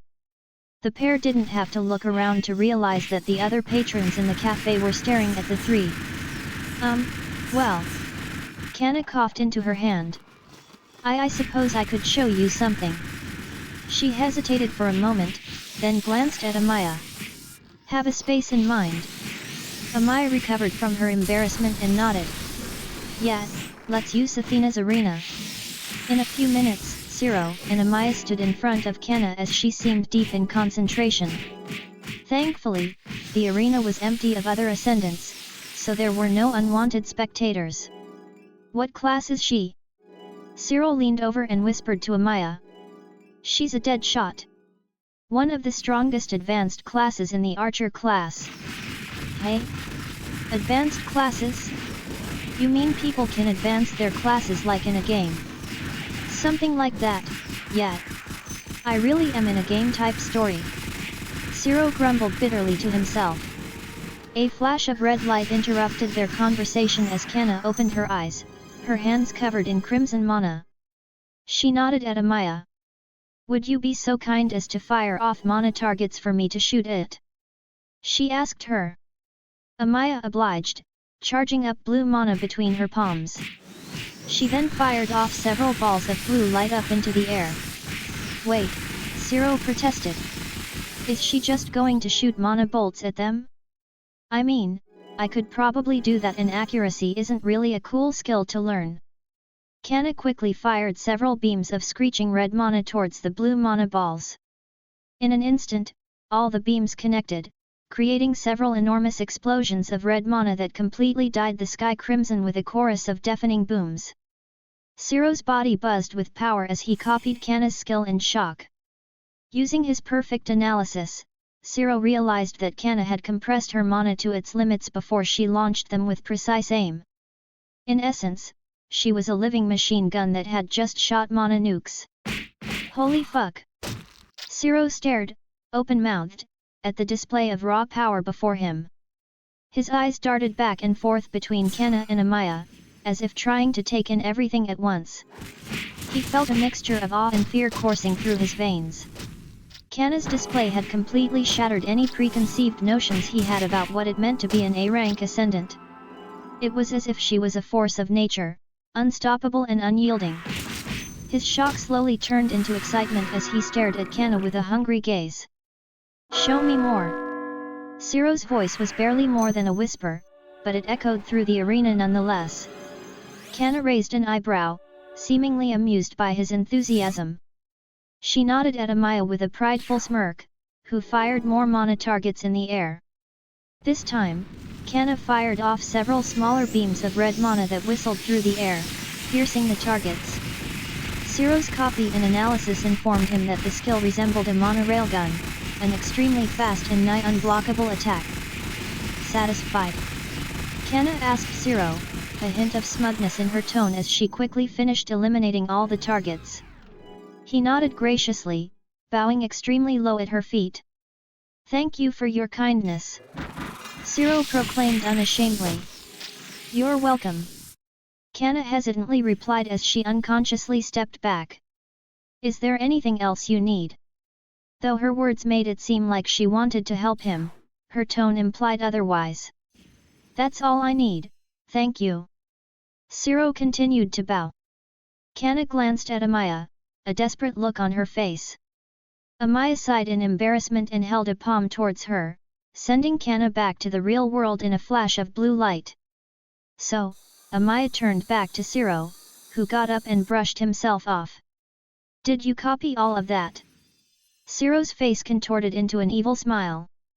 His hands were enveloped in a green haze and he raised them to the sky. Laughing maniacally, Ciro fired off beams of green mana into the sky, alternating between the exploding nukes and deadly railguns. The sky bled green as Ciro lost himself in the skills Kanna showed him. "I'm guessing that's a yes." Ciro suddenly stopped firing his mana into the air and fell on the ground face first, his laugh cut short. Amaya hesitated, then knelt down next to him. Are you okay?" she asked him nervously. Ciro gave a muffled chuckle. "I'm so fucking cool," he said, before going silent. "Ciro." When he didn't respond, Amaya let out a heavy sigh, realizing he had passed out. After he recovered in the association infirmaries, Amaya took Ciro to meet the second A-rank ascendant in front of the association entrance. "Feeling better?" Amaya asked Ciro as they waited for her friend. Ciro shrugged. "I keep forgetting I don't have unlimited mana. It's crazy to think that Kanna can just do that without tiring." He paused. "Also, I've been meaning to ask, but could you explain more about classes? My Godbless sponsor wasn't very clear on that." Ciro ignored Afiel's indignant cries. "Oh. Yeah, well, every ascendant starts off with a base class. So far, there's 7 generic base classes which are warriors, archers, thieves, mages, brawlers, healers, and summoners." Amaya began. "Okay." Ciro slowly nodded. Each base class can be advanced depending on how much effort a person spends on improving themselves. For example, I was able to reach Spellblade by learning swordplay as a mage class, though it was difficult at first. Amaya continued. "Oh, I get it so far," Ciro mused. "Then what base class is a scholar?" Amaya made a face. "Since you're the only one we know so far who's ascended as a scholar, I'd say there's a good chance you're a unique class." "Unique as in?" "I'm the only one who has this class." Amaya nodded. "Sort of. Unique classes are infamous because there's usually only one ascendant who has that specific class as well as having no known advancements. However, there are some unique classes that are very rare due to their extremely specific qualifications, so there may be a few ascendants that share that class." Ciro's eyes began to glaze over. To put it in simple terms, the two types of unique classes are ones like your scholar, where only one ascendant has been known to achieve, and classes like the demon, where very few people achieve. Amaya shivered. Those with the demon class are bad news. It usually means that they have evil personalities and traits that made them ascend as such. "Hey, that sounds more fitting for you. Aphil remarked in Ciro's thoughts. Hey, so there are others like me. Ciro murmured, continuing to ignore Aphil. I really hope there aren't. Amaya quietly prayed. What did you say? Hey, you must be Ciro, a tall, lanky man with a boyish face and messy brown hair interrupted them with a smile as he jogged up to the pair. His dark eyes seemed to hold a hint of mischief. I'm Raoul, nice to meet you. Ciro barely managed to hide his disappointment. I'm Ciro, he tried to sound upbeat.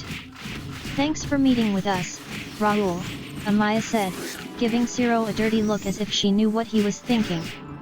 I know you're pretty busy. Ah, it's nothing. I'm happy to help. Raoul grinned at Ciro. When you told me you were helping out a newbie, I couldn't just say no. I remember what it was like to start from the beginning. Ciro forced himself to smile. I didn't take you for a mentor, though. Is this something new you've been trying? Raoul asked Amaya. She shook her head. Not exactly. Without going into too much detail, Ciro was jobless, homeless, and powerless. Ciro's eyes twitched. And I've been setting him up so he can start supporting himself. As for today, Ciro was wondering if you could demonstrate your skills. He's an F rank, so he wanted to get a glimpse of an A rank's potential. Amaya paused, giving Ciro a curious look. Well, he won't be an F rank for long since his scholar. Since I'm trying to grow stronger as soon as possible. Ciro quickly interjected and extended a hand out to Raoul. I would be grateful for a demonstration. Raoul was taken aback, but recovered and shook Ciro's hand with another warm smile. Of course. I am always willing to help those in need, no matter what. Ciro forced himself not to cringe at Raoul's overly friendly energy. As Amaya began to teleport the three into Athena's arena, she gave Ciro an inquisitive look. He shook his head. Later, he mouthed. After the trio were safely teleported to Athena's arena, Raoul began stretching. Raoul's a Rage Fist, an advancement of the Brawler class, Amaya explained. He's on the verge of becoming an S rank. Another advanced class. Ciro muttered. So, Ciro, Raoul began as he leaned over to stretch his side. How good are you at hand-to-hand combat? I'm not bad, Ciro replied, flexing his fingers. But I'm not strong enough to win against an A rank. Raoul grinned. Humble, hey? I like that. He cracked his knuckles and raised his fists like a boxer. Ciro copied his stance, though he was hesitant to actually fight him. Don't worry, Raoul reassured him. I won't hurt you. I'll just demonstrate what I can do. Then I'll give you some tips. Oh, that's perfect. Ciro fought back the urge to smile. He had no intention of learning from Raoul, at least, not by his teaching. As they circled each other, Ciro studied Raoul's movements. He was taller and leaner than Ciro, and his fighting style was more fluid and precise. His fists moved like blurs as he attacked, each strike aiming for a vital spot. Ciro's body buzzed as he copied Raoul's technique, though he started to grow impatient that he wasn't using any skills. Although Ciro managed to block or dodge each of Raoul's attacks, he winced from the sheer strength behind each impact. Fuck. Ciro thought to himself. As they continued to spar, Ciro found himself unable to land a single hit on Raoul. His attacks either bounced off Raoul's rock-hard skin or were easily blocked. Raoul, on the other hand, was beginning to tire Ciro out with each successive blow. With a final strike, Raoul landed a hefty blow to Ciro's stomach, knocking him backwards onto the ground with a loud thump. Ciro wheezed as he hit the floor and tried to breathe through the pain. He was dimly aware of Amaya's snickering. Hey, not bad. Raoul entered Ciro's vision with a warm smile. He extended a hand down. Ciro grimaced but took Raoul's hand and pulled himself up. Thanks, he muttered, brushing the dirt off himself. You're pretty decent. I'm impressed that you were able to keep up with me for that long. Raoul remarked, gazing at Ciro with a curious expression. That's because he was copying you. Aphil spoke in Ciro's mind, even though he was the only one who could hear her. Yet, well, I'm more interested in seeing some of a Rage Fist's skills. Ciro stretched his body. Skills? Well, I guess I could show you some basic ones.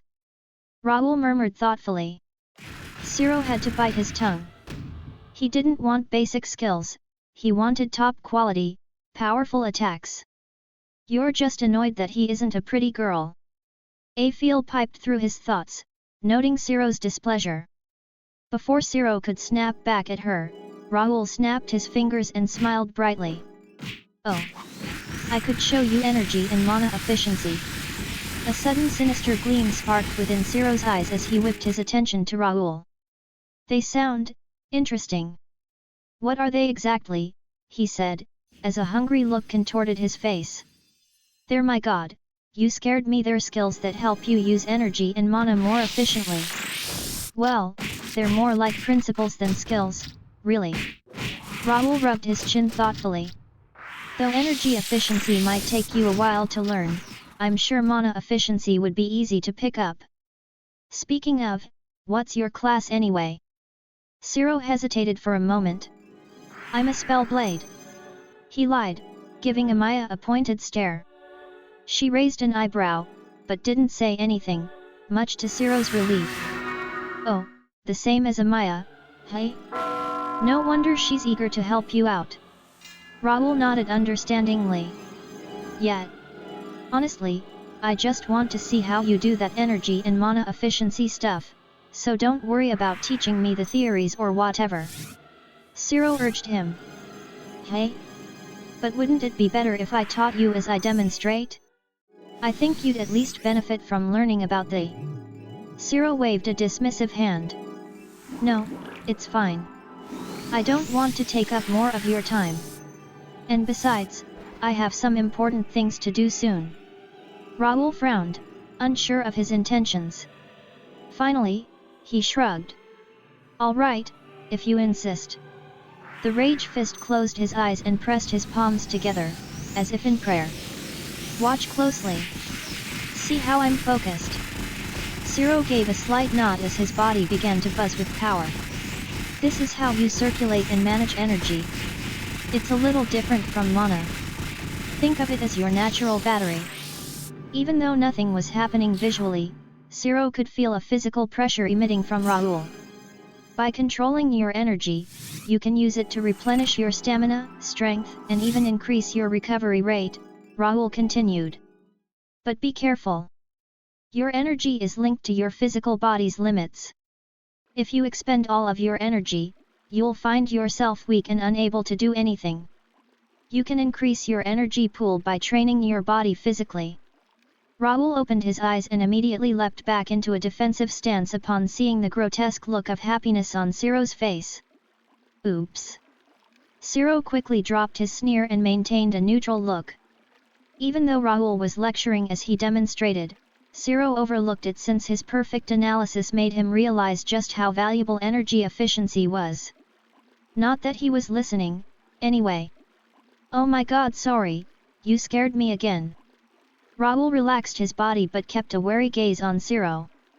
He pressed his palms together again, his eyes opened this time. This is mana. Orange streams of light began to swirl around Raoul as Ciro's body buzzed with power again. It's very similar to your natural energy, but instead of being linked to your physicality, it's more dependent on your spiritual side. Ciro nodded, even though he wasn't absorbing anything he said. His perfect analysis would enable him to understand it later. The more in tune you are with yourself, the larger your internal pool of mana is. That's why mages and magic-related classes usually have a deep understanding of mana and have seemingly limitless reserves of it. That's right. It's why I'm able to use magic so often in battle. Amaya chimed in. However, one advantage mana has over energy is that you can pull it from your surroundings too. The only difficulty with that is that the process of drawing in outside mana takes a long time to learn, and even if you manage that, you still have to convert that mana to a similar form like your own internal mana to use it. Raoul dispersed the gathered mana from his body and smiled warmly at Zero. Just like with energy, if you use up all your internal mana, you'll feel the exhaustion, though more mentally than physically. Oh, so that's why I pass out so much. Zero murmured. What? Nothing, Zero shook his head and flashed a toothy grin. Thanks for the lesson. Raoul nodded happily. When you get the hang of energy and mana efficiency techniques, you'll notice a huge difference in the way you lose excess energy and mana. To put it simply, energy and mana are like a tightly coiled spring. Release the tension all at once and you will need time to compress it again after a recovery period. But if you relieve the tension slowly, you can also compress it while maintaining that tension. He suddenly assumed a defensive position and breathed out slowly. Zero felt the physical pressure exuding from the rage fist. His perfect analysis told him that Raoul was managing his energy so efficiently, that there was no excess waste. In an instant, Raoul launched a single jab so quickly that Zero registered the move a minute after it happened. A few seconds later, a gust of wind and pressure blasted Zero, causing him to stumble back. Shit! He cursed, almost losing his footing. Sorry, Raoul smiled sheepishly. I tried to hold back as much as possible. It's fine, Zero scowled as he ignored Afiel's and Amaya's snickering. I'm thankful for the demonstration. Raoul chuckled. It's no problem. Maybe I can help you learn sometime later. Sure. Zero feigned a friendly smile. He had already finished absorbing the concepts behind energy and mana efficiency, so he wanted to try practicing as soon as possible. Well, if that's all you need, then I'll leave you too. It was nice meeting you, Zero. Raoul extended a hand. Zero grunted and shook it. Amaya sent Raoul back with a flash of blue mana and turned to Zero. So. She visibly flinched from the unnerving smile and insane glint in his eyes. You're not thinking of doing what I think you're going to do, are you? Zero didn't reply, holding his palms up in the sky instead. Don't you dare! Zero laughed maniacally as he fired green beams of mana into the sky, alternating between exploding nukes and piercing railguns. Amaya sighed to herself as she watched the entire arena become bathed in an emerald hue. Chapter 6, Icebreakers. When Zero woke up in the Association Infirmary again, he was slightly surprised to see Amaya sitting next to his bed, her focus on her laptop screen. Oh, this is a pleasant view to wake up to. Zero remarked as Amaya took notice of him. Can't say I agree, Amaya replied with a scowl as she put away her laptop. Please, stop passing out. There's no way that that's good for you. Ah, you do care for me. Zero smirked. Amaya glared at him. So, now that you've gotten better at wasting your strength, what are you planning on doing now? Zero thought for a moment. Well, I did last for a lot longer than before in the arena. I cannot believe you lasted more than 30 minutes firing full-powered mana attacks. So I think I'm ready to take on the A-rank trial. Amaya raised an eyebrow. You're planning on doing that right now? You just passed out from using too much mana. Zero smirked.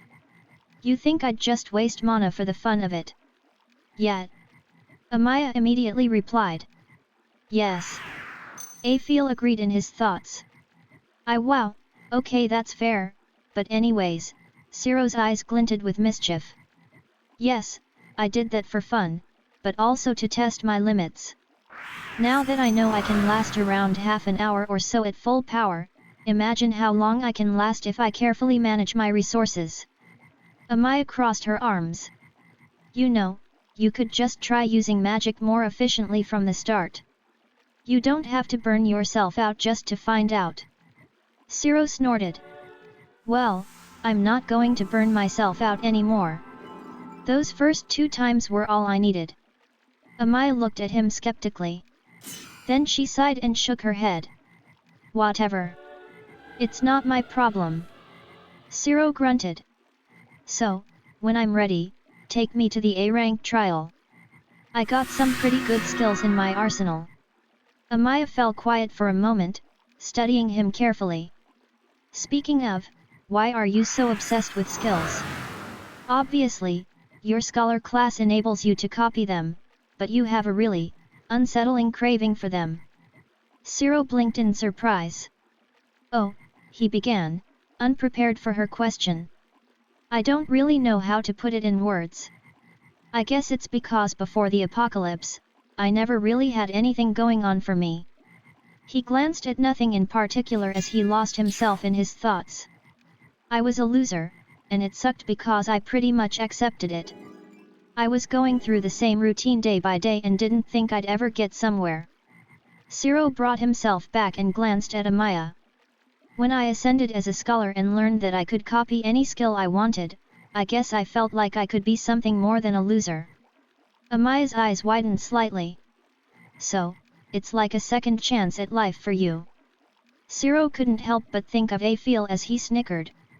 You have no idea how right you are.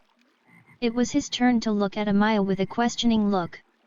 Since we're getting to know each other, I've been wondering. You're an Ascendant liaison, right? But you're also in a guild. How does that work? A sudden darkness clouded Amaya's face as she avoided Ciro's eyes. I'd rather not talk about that. Ciro opened his mouth, but closed it. Sure. I'm not the type to pry. The pair grew quiet as Ciro waited for the doctor to come and check on him. Amaya took a deep breath and turned to him. The hard expression she wore a moment ago had softened. Sorry, I didn't mean to get all moody on you. It's just, the reasons for my situation are still a little sore to talk about. Ciro nodded slightly and remained quiet. I was in the Blue Wave Brigade Guild before I was an Ascendant liaison. When the apocalypse happened, my parents died in the chaos. It was just me and my sister at the time. Amaya stared off at a corner of the room, seemingly deep in her memories. I ascended as a mage about a month later. I pushed myself really hard and got accepted into the Blue Wave Brigade. For a while, I was on the front lines, taking care of the monster outbreaks while making sure my sister was safe. Then, she ascended as a mage not too long after I got settled in the guild. She took a shaky breath and turned back to Ciro. Anyway, it's still a little painful to talk about, so to put it shortly, my sister's not here anymore and I had to take a break from the guild for a bit. Monster outbreaks aren't as frequent anymore since the world quickly adapted, so I chose to become an Ascendant liaison. Even though she didn't explain anything else, Ciro could figure that she joined the Ascendant Association to prevent whatever tragedy befell her from happening to anyone else.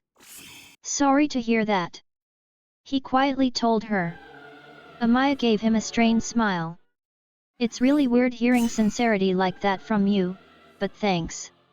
She paused for a moment, then continued, anyway, I guess if you're really set on taking the A-rank trial straight away, I can give you the rundown of what to expect. Ciro perked up, sitting up a little straighter in his bed. Oh, really? That'd be a huge help. Amaya nodded. The A-rank trial is difficult for many ascendants to pass because you have to fight a copy of yourself. As soon as you step in there, it'll be like looking at yourself. She took a deep breath. The copy is called a reflected ascendant. They have all of your skills, stats, equipment, personality, and memories.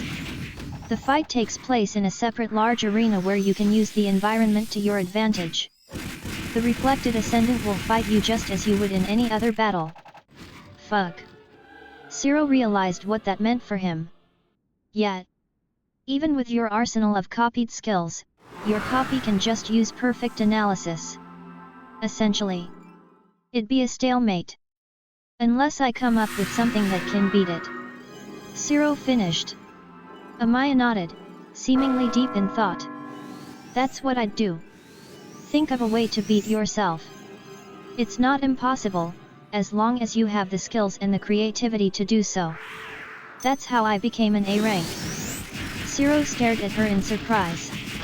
You're an A rank. Amaya smirked. Of course. But, during that lobster boss, I remember it was a C rank. Well, yeah. Boss rank doesn't always correlate to ascendant ranks. I would have eventually defeated it without your help. The pair was interrupted as Ciro's doctor came in to check on him. Well, you should rest for today. I'll take you to the A-rank trial site tomorrow. Amaya took her laptop and left. After Ciro was cleared to leave, he walked back to his apartment trying to think of ways he could defeat himself. He mulled over Amaya's words, wondering how she managed to beat her own copy. As he reached his apartment, Ciro shook his head and pushed the matter aside, deciding to sleep on it.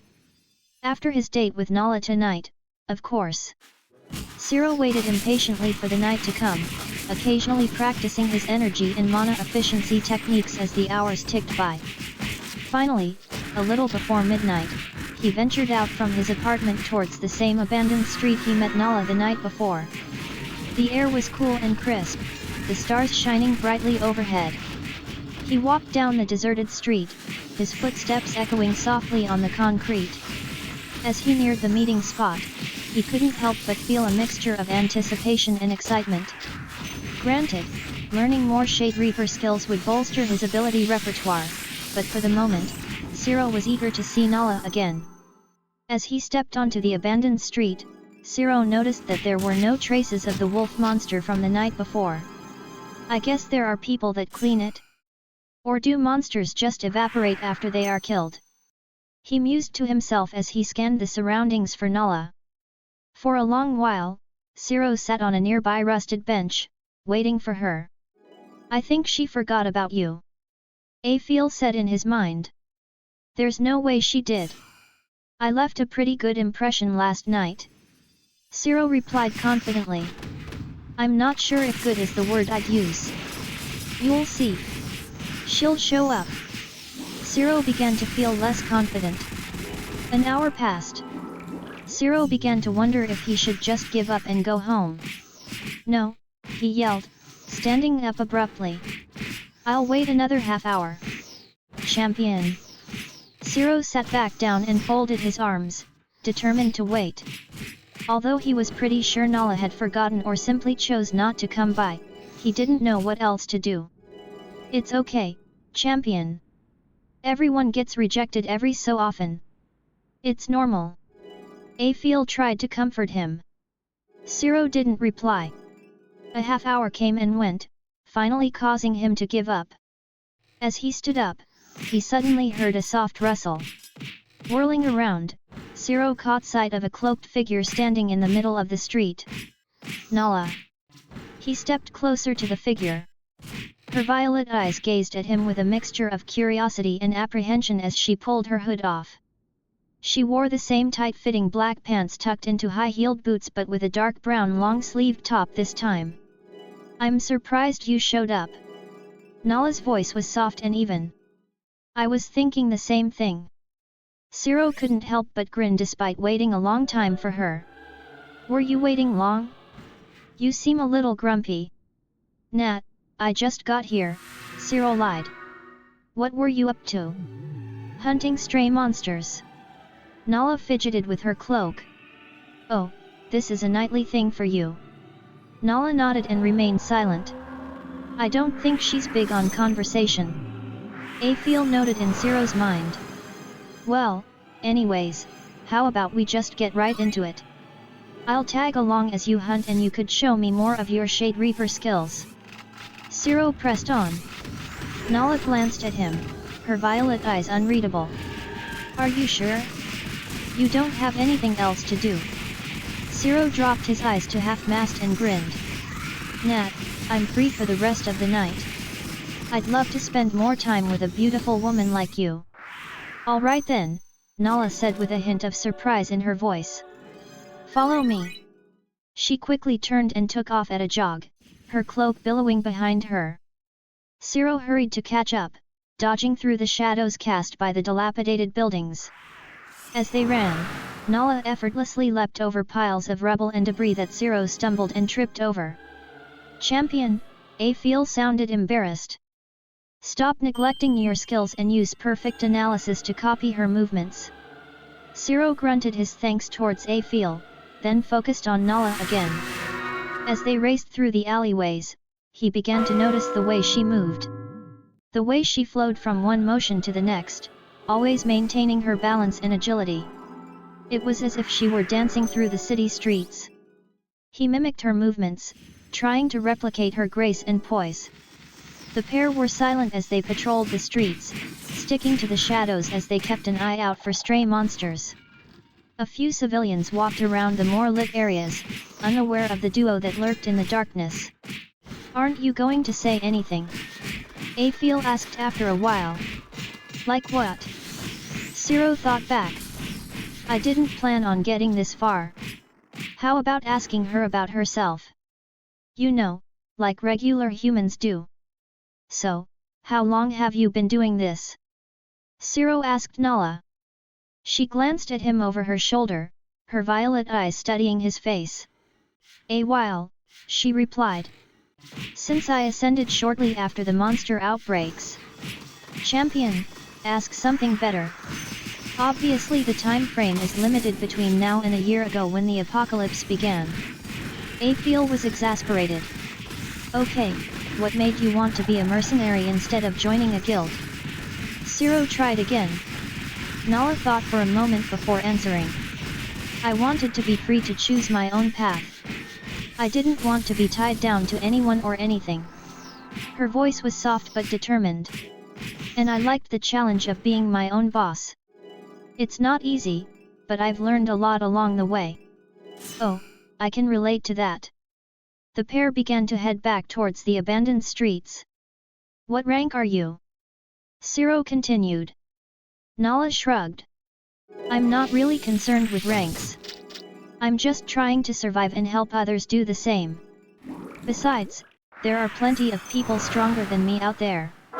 I'd rather focus on improving myself." "That's an interesting mindset," Zero nodded thoughtfully. "I'm an F rank myself. Is that something to be proud of?" Nala asked, her voice emotionless. "Not really, but tomorrow I'm going to take the A rank trial and be promoted." Zero replied. Good luck with that," Nala said nonchalantly. "Not everyone passes on their first try." "Thanks," Zero smirked. "But I'll definitely pass." As they continued walking, Zero couldn't help but feel a bit intimidated by Nala's nonchalant demeanor. He had never met anyone quite like her before. She was strong, independent, and didn't seem to care about the trappings of status or power. It was refreshing, and yet at the same time, it made him wonder what kind of person she really was beneath the surface. "Well, since we didn't find any monsters, how about you show me a Shade Reaper skill?" Zero asked her as they turned into the abandoned street. Nala shrugged. "Are you planning on copying it?" "Yeah." Nala stood still and glanced at Zero with an unreadable expression. "Okay then. Watch closely." For a few seconds, nothing happened. Then, Nala's form suddenly dissolved into shadows right in front of Zero. His body buzzed with power as he watched her disappear. "What the? I'm still here, don't worry," Zero could hear her disembodied voice. "This is my shadow sneak skill. Its utility is much more potent at night and in dark areas." Zero's perfect analysis also informed him that Nala's shadowy form was maintained by a constant stream of mana. "I mainly use this to hide within shadows and dark areas for recon. It's also a useful skill for escape or infiltration." Shadows began to condense in front of Zero until they transformed back into Nala's original form. "That is pretty useful." Zero couldn't hide his glee, his face contorted in an unnerving smile. Nala slightly flinched. "Don't look at it like that. It's just a skill." She sounded embarrassed. "It's not like I'm showing you my most powerful move or anything." "Right, sorry. I just can't help myself whenever I see a new skill." Zero still couldn't wipe the grin off his face. "So, did you copy that?" "Yup." Zero performed shadow sneak for her, noting the strange out-of-body sensation before solidifying his body again. I still can't believe someone like you exists. Nala shook her head in disbelief. Zero chuckled. Stick around, I'll show you even more incredible things. He purred. Sure, Nala fidgeted with her cloak. Whatever you say. Zero suddenly took out his phone and offered it to Nala. How about you give me your number? My number? Nala repeated, her eyebrows furrowing in confusion. I don't know if that's a good idea. Well, we're mercenaries, right?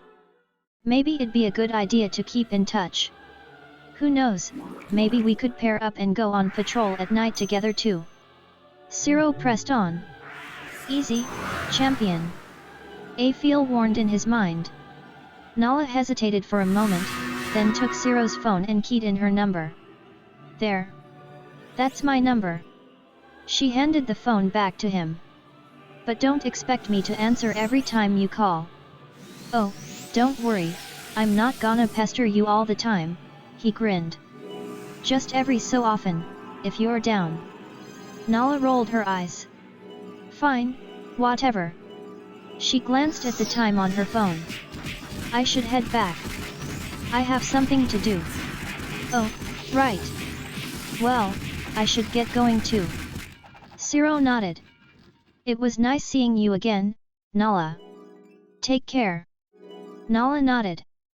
You too. There was a brief pause before she added, hey, you know that shadow sneak skill you copied from me? Yeah. Don't use it to stalk me, okay? Nala warned him. There was a brief flash of something in her eyes, but it was gone before Zero could identify it. Just because we're acquaintances now doesn't mean I'll let you get away with it. I wasn't who said I'd okay, I won't. Zero stammered. For the first time since they met, Nala smiled in amusement. I was just kidding. Sort of. I'm not entirely sure you wouldn't, but I'm choosing to believe you won't. With that, Nala threw on her hood and slipped away into the darkness. Wait, I didn't even get to see more of your other skills. Zero called out after her, a hint of disappointment in his voice. Maybe next time, Nala. But she was already gone even before he called out to her. Zero clicked his tongue and turned back to head to his apartment. I'd say that went pretty well. Afiel piped in his mind. Are you being sarcastic? Afiel didn't reply. As he walked through the city, he couldn't help but wonder what it would be like to team up with Nala on a job. She was clever, stealthy, and had some really cool abilities. Plus, she was pretty cute too. He imagined them sneaking through the shadows together, taking down their enemies with ease. It was a nice thought. Zero got ready for bed as soon as he got back to his apartment. As he crept underneath the covers, Zero suddenly realized something. Fuck. I forgot to prepare for the A-rank trial tomorrow. Chapter 7, The quiz is too easy. The next day, Zero yawned as he waited for Amaya to arrive at the association building entrance. He was glad that the apartment complex Amaya set up for him was a rough 10-minute walk away. You look a bit rough around the edges, Amaya commented as she walked up to him. Had a bit too much fun last night. Zero blinked away his exhaustion as he gazed at her outfit. Well, you look pretty stylish yourself, he said, his eyes drawn to the way her long, silvery hair was tied back in a neat ponytail, revealing her pale neck and the small, silver hoop earrings that dangled from her earlobes. She wore a form-fitting black tank top that hugged her slender figure, showing off her toned arms and midriff, and a pair of black leather pants that hugged her long, toned legs. Her black, knee-high combat boots completed the ensemble, making her look both sexy and dangerous. Amaya immediately scowled. I told you to quit that.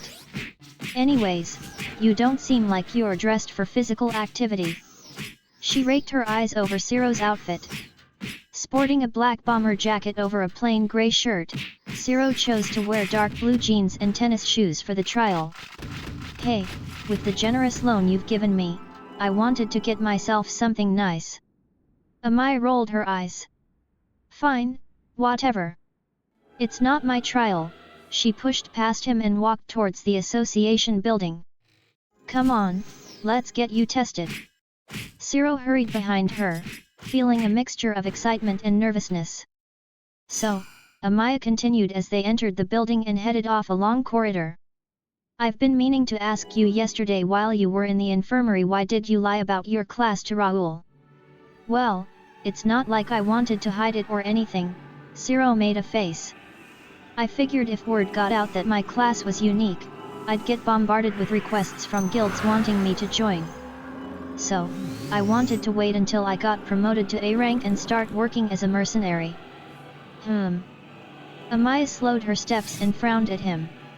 But you could just reject the offers even if people knew about your class. You don't even know that you'd get that many offers in the first place. Yeah, but that's still too much work. I want to stay out of the spotlight for as long as possible. So you can swoop in and show off to the world once you gain an absurd amount of skills. No, so I can live a lazy life full of money and women. Amaya stopped in her tracks and glared at him. She opened her mouth to say something, then decided against it. I shouldn't have expected anything else, really. She sighed and continued walking. Glad that you're getting used to it, Ciro grinned.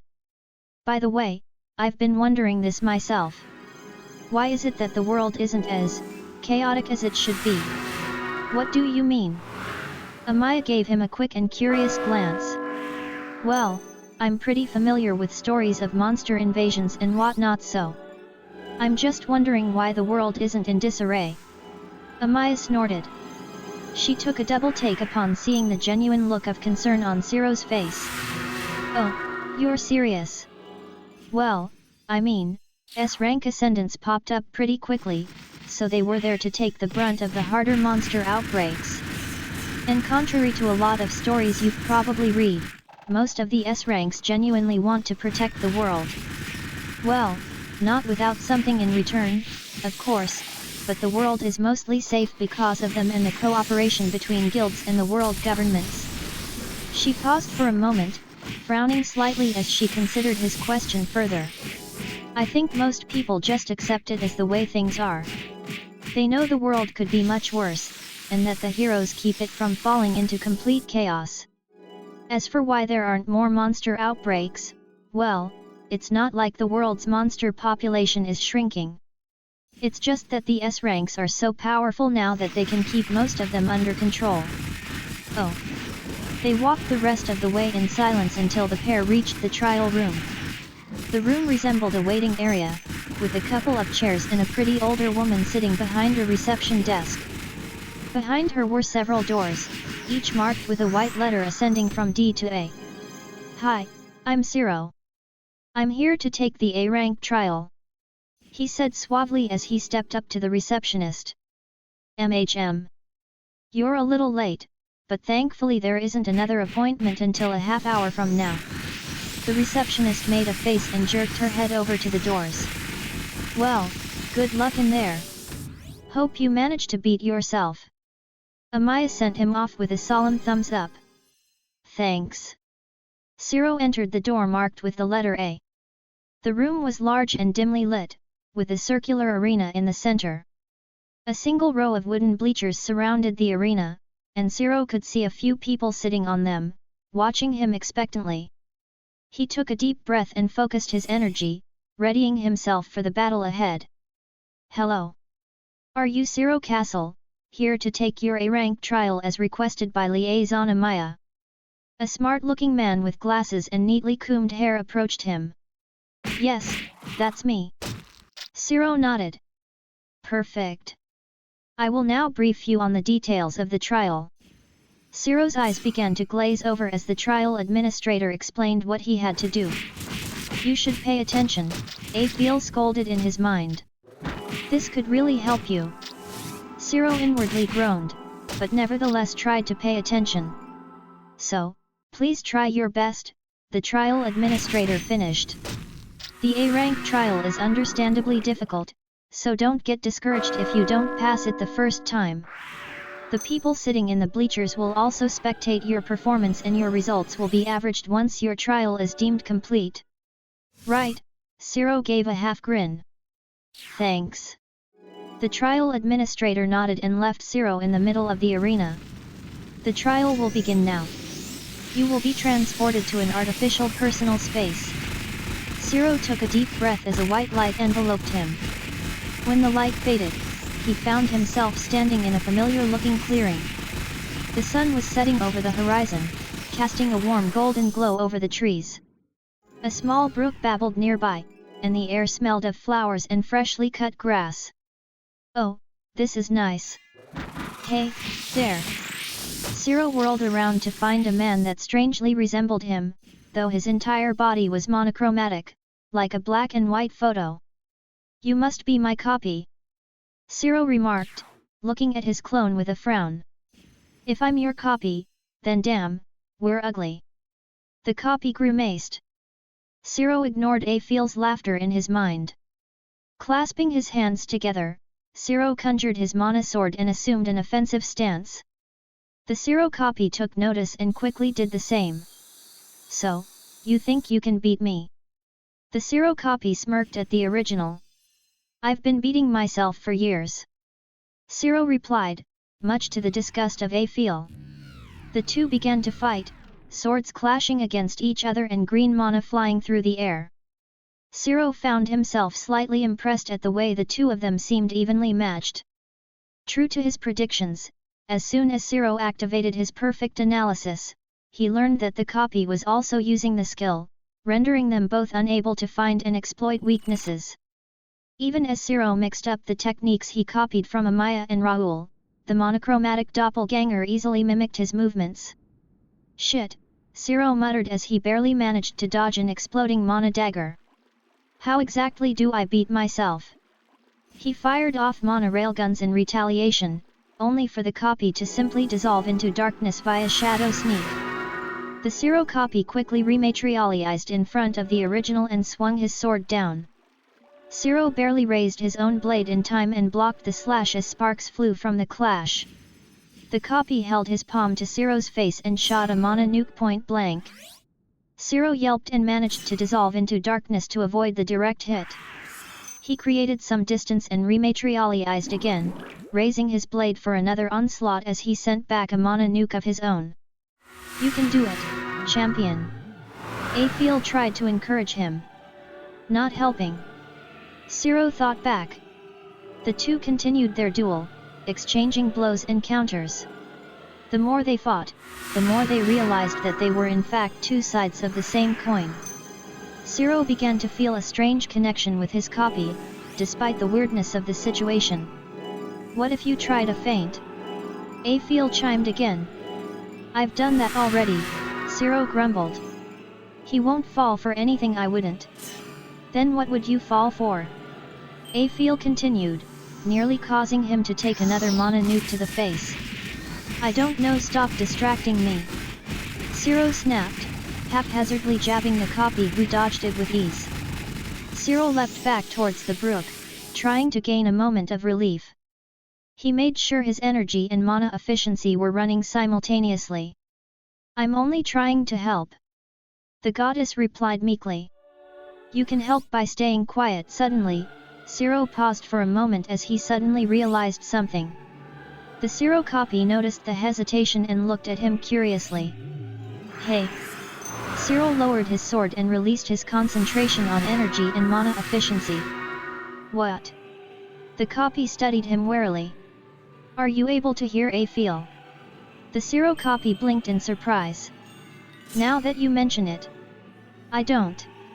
The quiet rush of the small brook became noticeable. Is it peaceful? Zero asked his doppelganger. Yeah. It is. The copy lowered his own blade. You're lucky. I realize that now.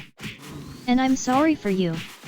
Afiel was speechless as she watched the pair suddenly bond over what seemed like their grievances of her. The copy and the original Zero stood side by side, looking out over the brook. The grass beneath their feet was a soft, springy carpet that seemed to cushion their weight. The sun cast a warm, golden light upon them, making the Zero copy's monochromatic body appear almost ethereal. A gentle breeze rustled through the trees, carrying with it the sweet scent of flowers and the earthy musk of the forest. Can you hear her now? The copy broke the peaceful quiet. No, she stopped talking. I think she's shocked by us. Good. I can only imagine what's going through her head now. Like, her having to deal with both of us. The copy snickered. Zero joined in with a chuckle. Yeah, she'd be so stressed. He turned to his copy. You know, under different circumstances and maybe another life, I feel like we would have been best friends. The copy grinned at him with a monochromatic smile. Well, yeah. We're the same person. Zero returned the smile, but a sudden evil gleam flashed in his eyes. If that was true, then you should have seen this coming. Before the copy could react, Zero turned and fired several monorail guns into his body at point-blank range. The copy gasped in shock and pain, stumbling back with a look of betrayal and surprise. He clutched at his wounds, which were bleeding a white liquid. You, asshole! Zero's copy wheezed out before falling backwards. We both are. Zero grinned, watching as his copy began to dissolve into ashes. Can't argue with that. The copy smiled back weakly and finally disappeared. Trial complete. Zero felt a tug on his body and a flash of white light enveloped him. In the next moment, he found himself standing back in the arena. Congratulations, the trial administrator walked up to Zero with a flabbergasted expression. You have completed the A-rank trial. Head over to the front desk and they will update your rank. Thanks. Zero smirked maliciously. As he exited the trial room, he found Amaya waiting outside, a mixture of disappointment and disbelief on her face. Hey, I passed. Zero gave her a thumbs up. Yeah, no, I watched the whole thing. Did you really just throw your sponsor under the bus and bond with your copy? Hey, it worked, didn't it? Amaya opened her mouth to say something, then shook her head. In the year since all of this started, I've never seen anything quite like what you just did. Or met anyone like you. The Ascendant Liaison stared at Zero with a pitiful expression. I can only imagine what your goddess has gone through with you. Zero snorted. Hey, I didn't choose to be selected by her, his expression softened. But I will admit she has helped me a bit, so I guess I have to give her some credit. Thanks, Apheel. Sorry for throwing you under the bus. Zero thought to her. Apheel didn't respond. Hey, are you mad? Still no reply. Zero sighed, planning to apologize to her properly later. He turned to Amaya. So, where do I go to update my rank? Chapter 8, Post-Quiz Relief. A wicked and gleeful sneer contorted Zero's face as he took back his Ascendant ID, the rank underneath now displaying A rank. You know, your expressions could use more work. People might think you're a villain. Amaya cringed as she stepped back from him. Sure, whatever. I don't really care. Zero tried to contain his happiness to no avail as he put his ID away. So, how do I get started with official mercenary work? Amaya thought for a moment. Well, the first thing is for you to register with the Mercenary Union. Similar to Ascendant registration, the Mercenary Union registration will enable you to officially accept job requests from other mercenary branches. She glanced at Zero to make sure he was paying attention. Anyways, she continued after she confirmed his full focus. To reinforce what you've learned, hopefully you've learned something. Registering as an Ascendant gives you access to guilds in the Mercenary Union. Guilds are more team-based and require members to do certain things to help further the entirety of the organization. Mercenaries are usually soloists, but can team up sometimes, and they act based on the commission pay of jobs. Mercenary branches offer jobs but often require service fees if you choose to take them. Zero nodded slowly, on the verge of losing track. So, To put it shortly, let's get you registered as a mercenary at the Union, and then you can start accepting jobs from various branches. Amaya finished quickly, sensing his waning attention. Okay, Ciro hesitated. Wait, hold on. I feel. There was still no response. Ciro made a face and glanced at Amaya. How do I go to my sponsor's personal space? Hey? Oh, you just need to think of them and sort of pray. Think along the lines of willing yourself to appear before them. What are you planning to do? Ciro felt a tugging on his body as he traveled to Afiel's personal space. He found himself standing in a dimly lit room with muted light streaming through a few small windows. The room was cluttered with books, scrolls, and various other trinkets scattered about. A single bed, covered in a patchwork quilt, was tucked into one corner, while a small desk took up another, piled high with parchment and writing utensils. A small fireplace in the opposite corner provided a warm glow and the only source of heat. Ciro saw Afiel hunched down in front of the fireplace. She wore a black skirt and a white shirt-sleeved blouse. Her light brown hair cascaded down her back, shimmering softly under the muted light. Afiel. Ciro slowly approached the goddess. Her body stiffened, but she kept her back towards him. What do you want? Her voice sounded flat and emotionless. Ah, Ciro scratched the back of his head. I wanted to say I'm sorry. I didn't mean to talk about you like that. Afiel stayed silent. Look, I'm really sorry for saying all that stuff. I shouldn't have resorted to using you, Ciro sighed, not really sure if his words were getting through. I do appreciate you helping me. You're just saying that so I won't be upset. Afiel mumbled. No, really. I don't show it, but I appreciate your guidance. I wouldn't have made it this far without you. For a moment, Afiel remained quiet. Then she slowly turned around, still crouched. Her emerald eyes were tinged red, most likely from crying. She sniffed, staring at Ciro with a pout. Your copy felt sorry for you because you're the only one who could hear me. And your copy is an exact replica of you, so you probably would have felt the same in his position. You just think I'm a nuisance. Her lip trembled. Ciro found her pouting oddly cute and couldn't stop himself from feeling guilty seeing her expression. Well, I only beat him because that's how I felt before taking the trial. But after that, my mindset changed. I'm now grateful that I'm the only one who can talk to you. You've helped me a lot and I don't think you're a nuisance. Honest. Afiel stared at him for a moment. Really? Really? Promise? Yeah, Ciro scratched the back of his head. I promise. The goddess sniffed again. A slow smile began to spread across her face. Okay. I believe you. Afiel beamed at him. Ciro's guilt increased and he couldn't accept how gullible and innocent Afiel was. There was no way anyone else could get over it that quickly. Afiel wiped the rest of her tears away and sat properly on the floor, crossing her legs. So anyway, Ciro quickly avoided staring underneath the goddess's skirt. I wanted to thank you again. If it wasn't for you, I wouldn't have known the true usage of my skills. Afiel smiled. Her green eyes sparkled as she nodded.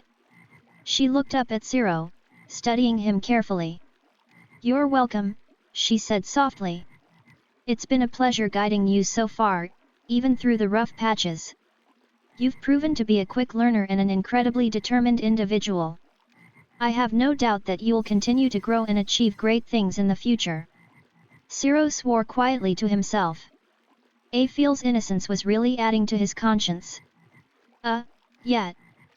Thanks. He awkwardly replied and glanced around the room. So, this is your personal space? It's cozy. Afiel immediately glared at him with an accusing gaze. Are you making fun of my room? She frowned, tears beginning to form in her eyes again. What? No, I'm just noticing the size of your room. I'm not teasing you or anything. Ciro quickly tried to calm her down. Aphil narrowed her eyes at him, but seemed to relax slightly. She glanced around the room, taking in his words. Then, the goddess huffed and crossed her arms. Well, I like it. It's not as big as some of the others, but it's comfortable and feels like home. I've been in here for a very long time, since before your world was even created. She paused, a distant look in her eyes. It's been my sanctuary, my safe haven. I've met with countless mortals here, guided them, listened to their problems and concerns. This room has seen it all. So, if you don't mind me asking, why do you not have a larger following? Aphil raised an eyebrow at Ciro. My following? You mean mortals who worship me? She took a deep breath. Well, it's complicated. You see, there was a time when mortals worshipped the gods freely. They built temples and shrines, held grand festivals and ceremonies in our honor. But over time, things changed. The universe became more secular, and people began to focus on other things. They stopped believing in the gods, or at least, they believed we were no longer relevant. Right. Ciro did find some truth to her words. He remembered how he himself wasn't as particularly big on worship and religion before the apocalypse. So I assume that the gods with more ascendants, champions have a larger following. Aphil nodded in embarrassment. Compared to those gods, I'm still relatively new. So that's why I'm not as well known as they are.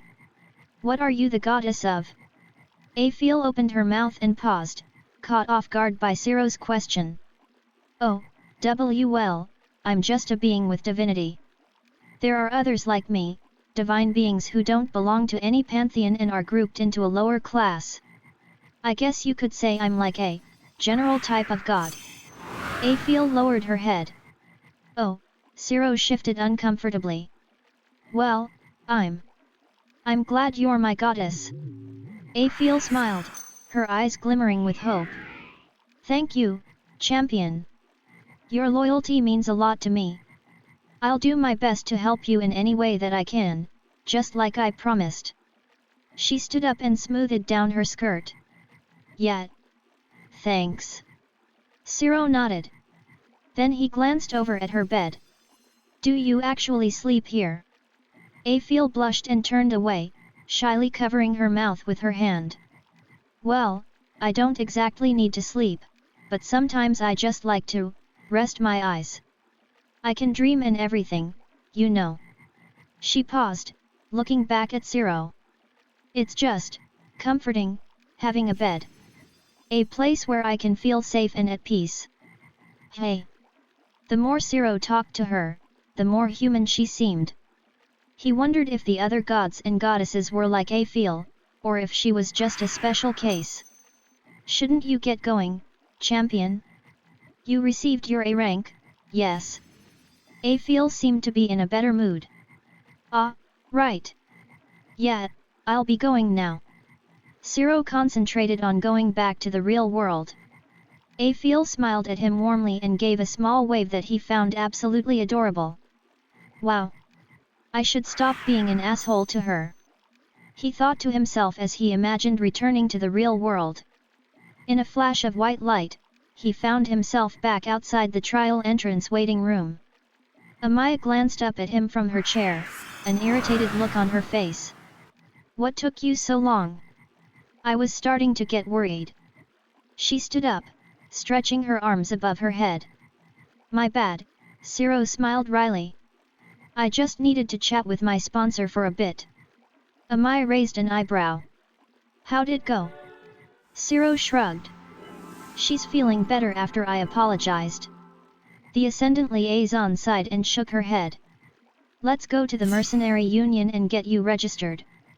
A short while later, Ciro sat in the passenger seat of a luxurious sports car as Amaya drove them to the Mercenary Union, on the opposite end from the Ascendants Association. I hope you didn't forget. Amaya said to him as she kept her eyes on the road. Forget what?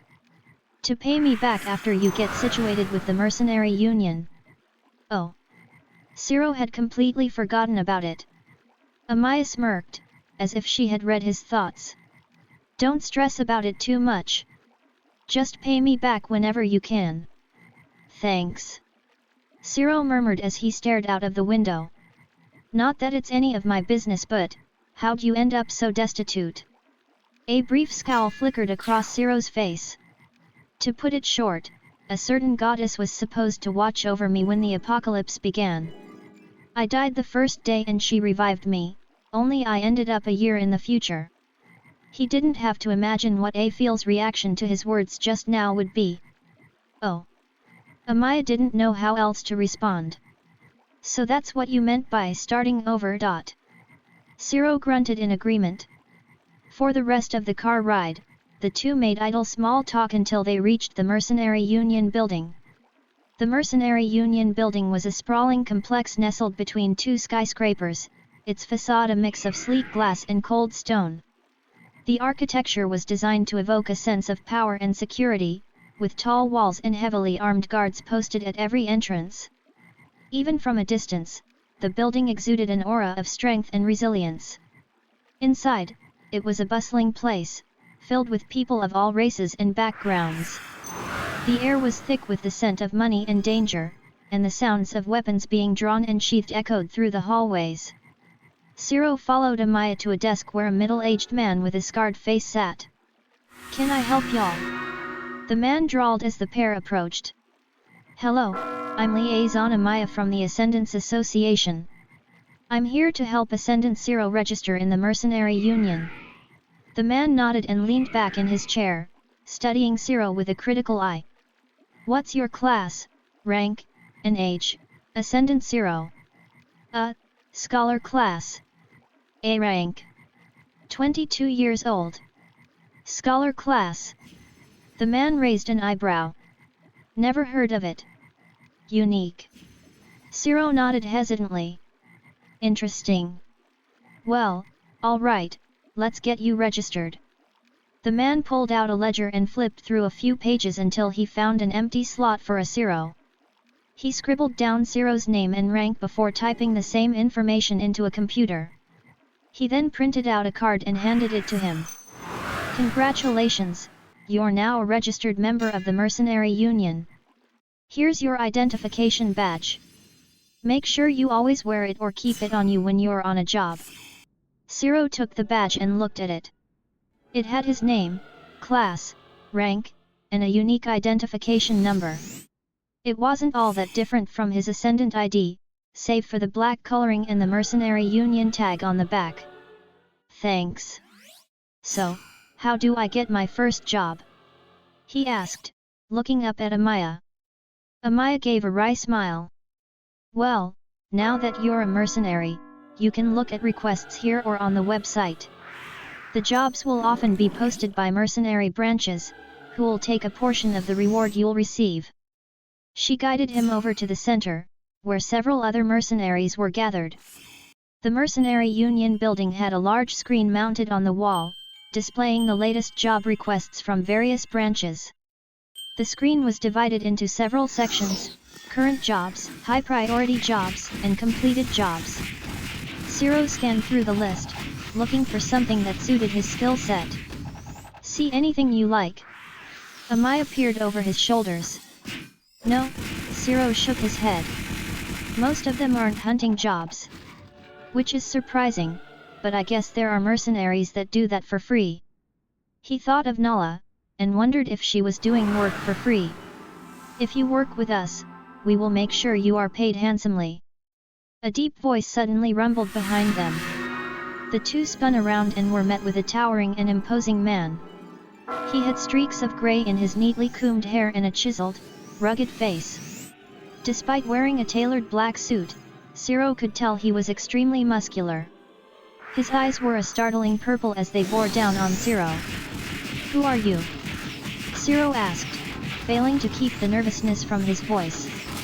That's Gregor Stone. He's the S-rank leader of the janitor's mercenary branch." Amaya whispered in awe. "Your friend is correct." Gregor looked down at the pair in amusement. "I've heard so much about you, Ciro Castle. Please, tell me more about your scholar class. Chapter 9, Hazardous Group Projects. How do you know me? Ciro asked the intimidating man warily. Gregor grinned. I have my ways of gaining information.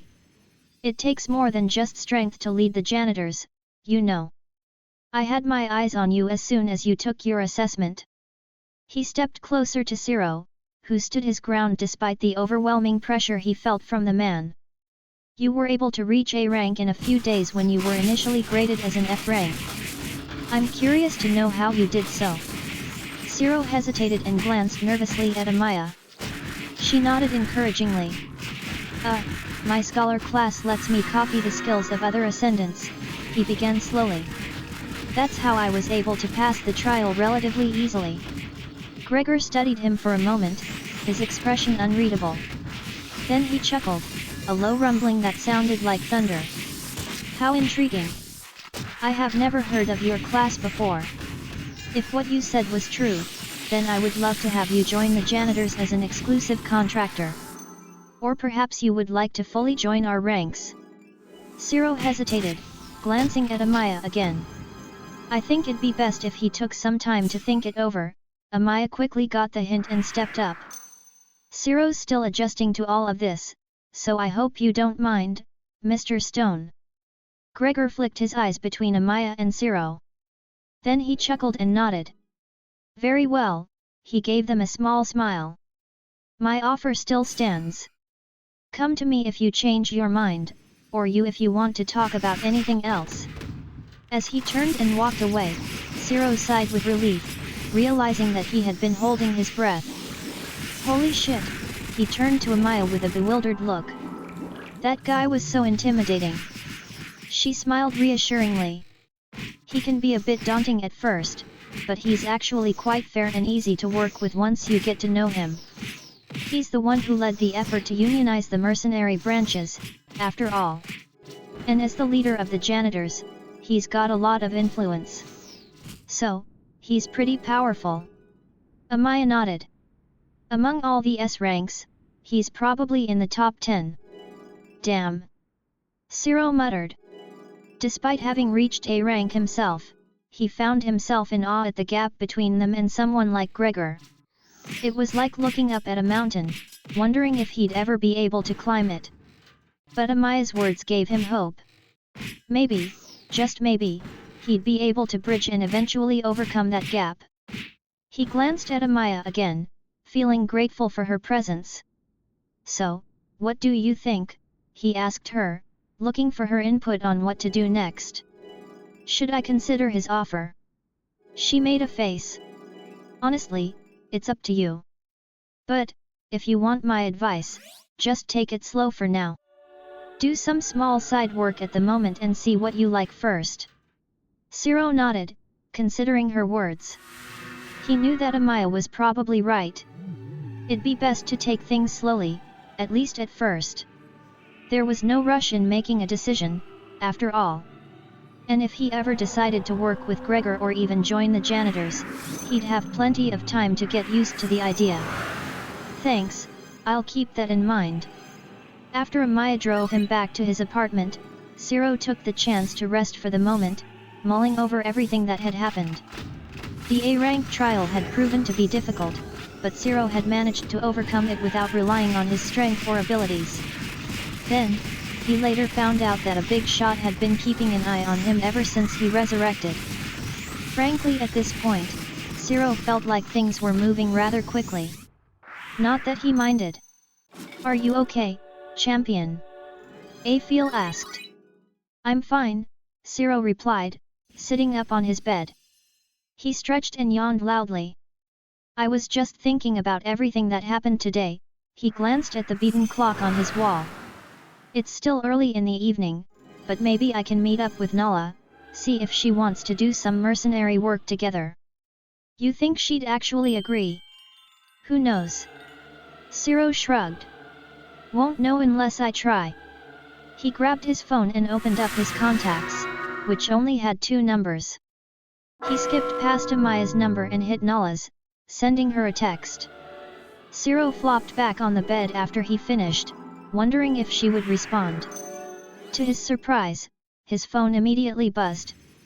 Ciro sat up and quickly glanced at the screen, smirking as he read the message. Sweet. She's down to meet up. Ciro sat at a nearby cafe close to the abandoned street he first met Nala. Dressed in the same clothes he wore to his A-rank trial, he entertained himself by watching pretty women pass by. Champion. Can you be less lecherous? Or at least be discreet? Afiel complained exasperatedly as Ciro was given dirty looks from the women he leered at. Hey, I'm just admiring the view, Ciro defended himself, taking a sip of his drink. Anyway, there she is. He caught sight of Nala as she walked up to their table, a neutral expression on her face. She was wearing a sleeveless black top and black shorts that accentuated her curves. Her long black hair was tied back into a ponytail. Hey, you look great. Ciro grinned as Nala came up to him. Thanks, Nala replied evenly, sitting down across from him. You don't look too bad yourself. So, what do you say? Wanna work together on some mercenary work? Ciro asked, not wanting to waste time. Nala shrugged. Sure. What did you have in mind? Ciro grinned. Well, I found a nice little job off a mercenary branch's task board. Apparently, there's a stray monster lurking within an abandoned subway station that's been planned to undergo renovations. I was thinking we could go get rid of it and get some nice pay from it. Sounds easy enough, Nala nodded. But you know how it is. These things are never as easy as they seem. How much are they offering? Ciro's smile faltered. Ah, it's only 500 gold after the commission fees. He glanced away awkwardly. Ever since the apocalypse occurred, money had been globally converted into gold, which was abundantly found in monsters. Okay. We can split it 50-50. Nala simply nodded. You're not surprised by the pay? She shrugged again. Monster hunting isn't very common, since there are mercenaries and guilds that do it even without the rewards. The main profits come from anticipated monster outbreaks. Ciro gazed at her with a blank stare. Recently, ascendants with premonition abilities have been able to detect upcoming monster outbreaks to an extent, Nala began to explain as she saw the confused look on his face.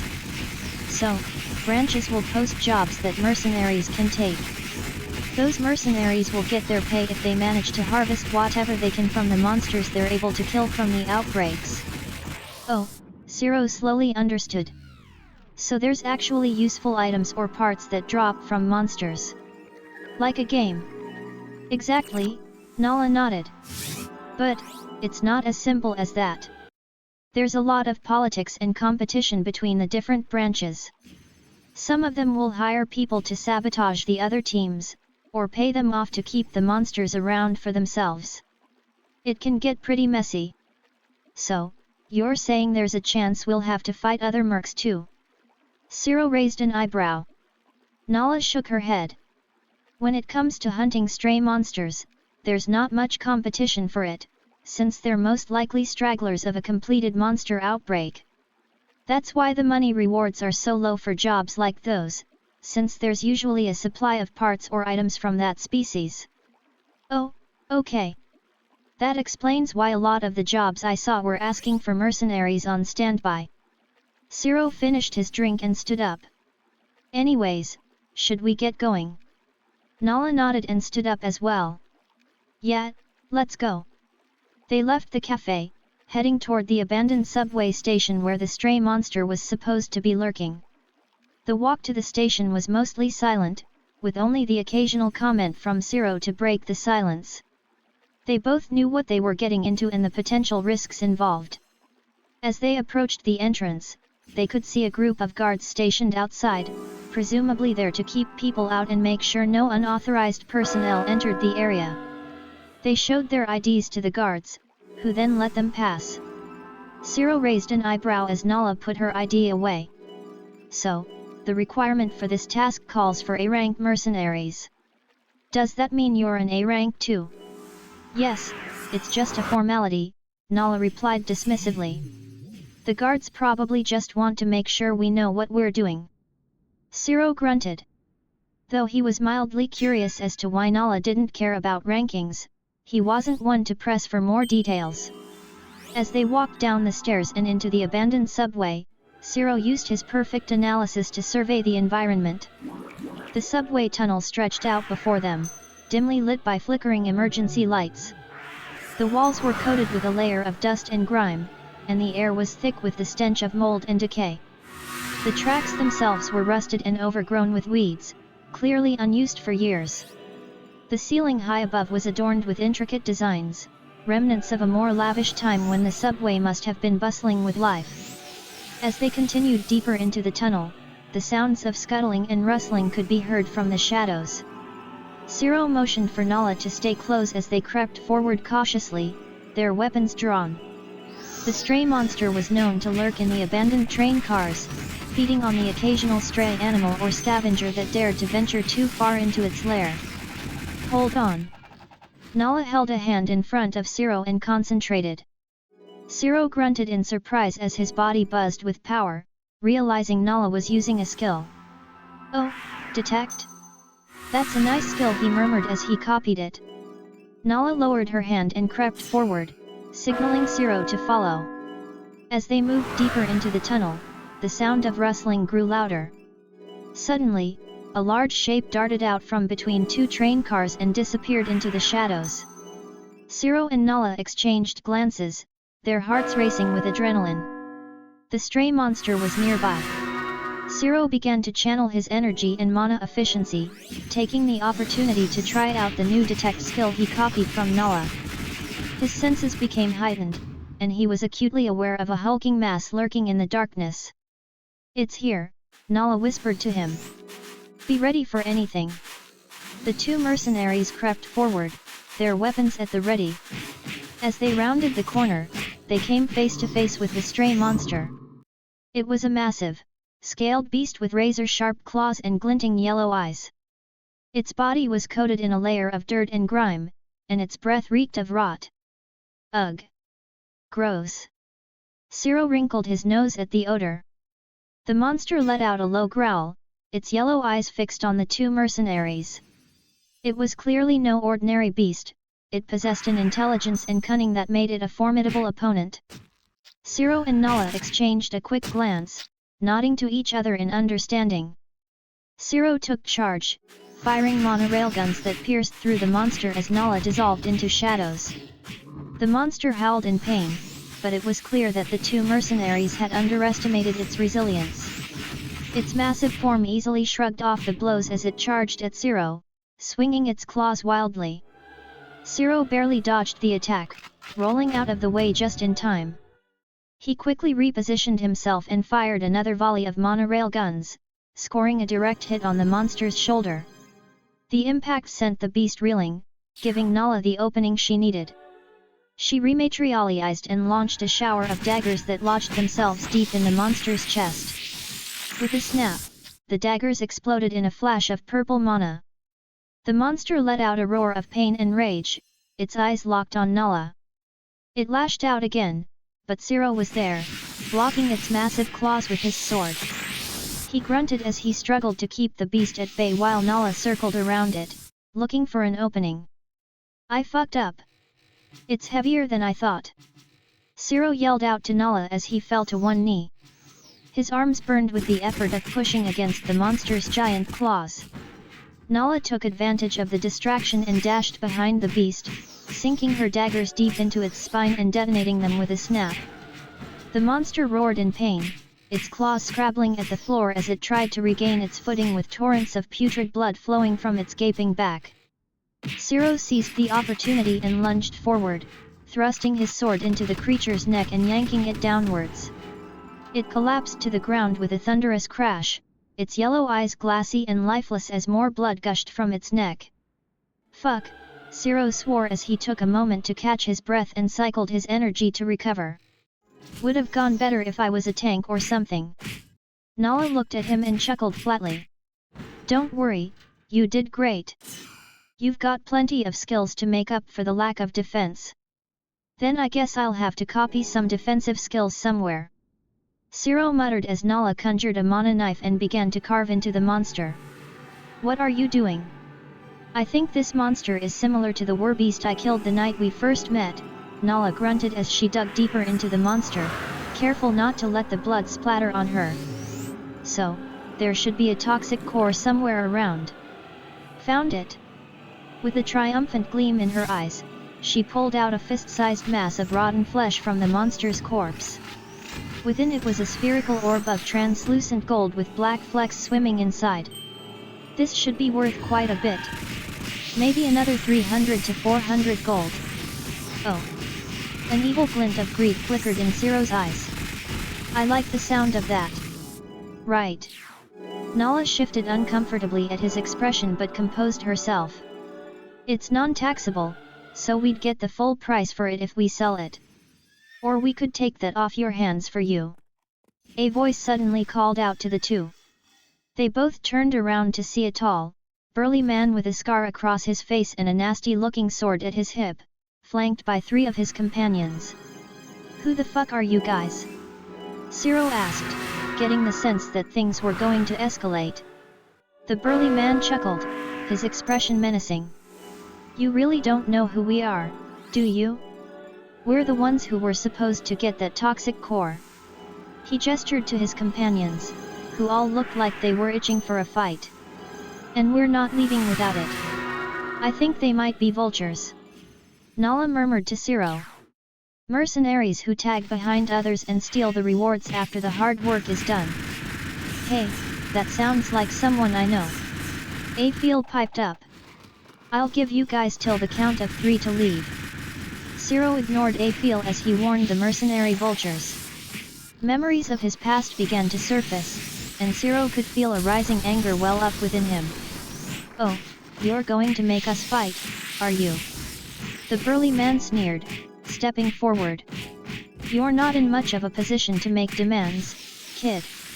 Nala stepped up beside Zero, mana knives already in her hands. This might not be the best idea, but I'll fight alongside you, Zero. What? No, I'm going to nuke this place. Zero had a sadistic glee in his eyes as he glanced at Nala. Wait, what?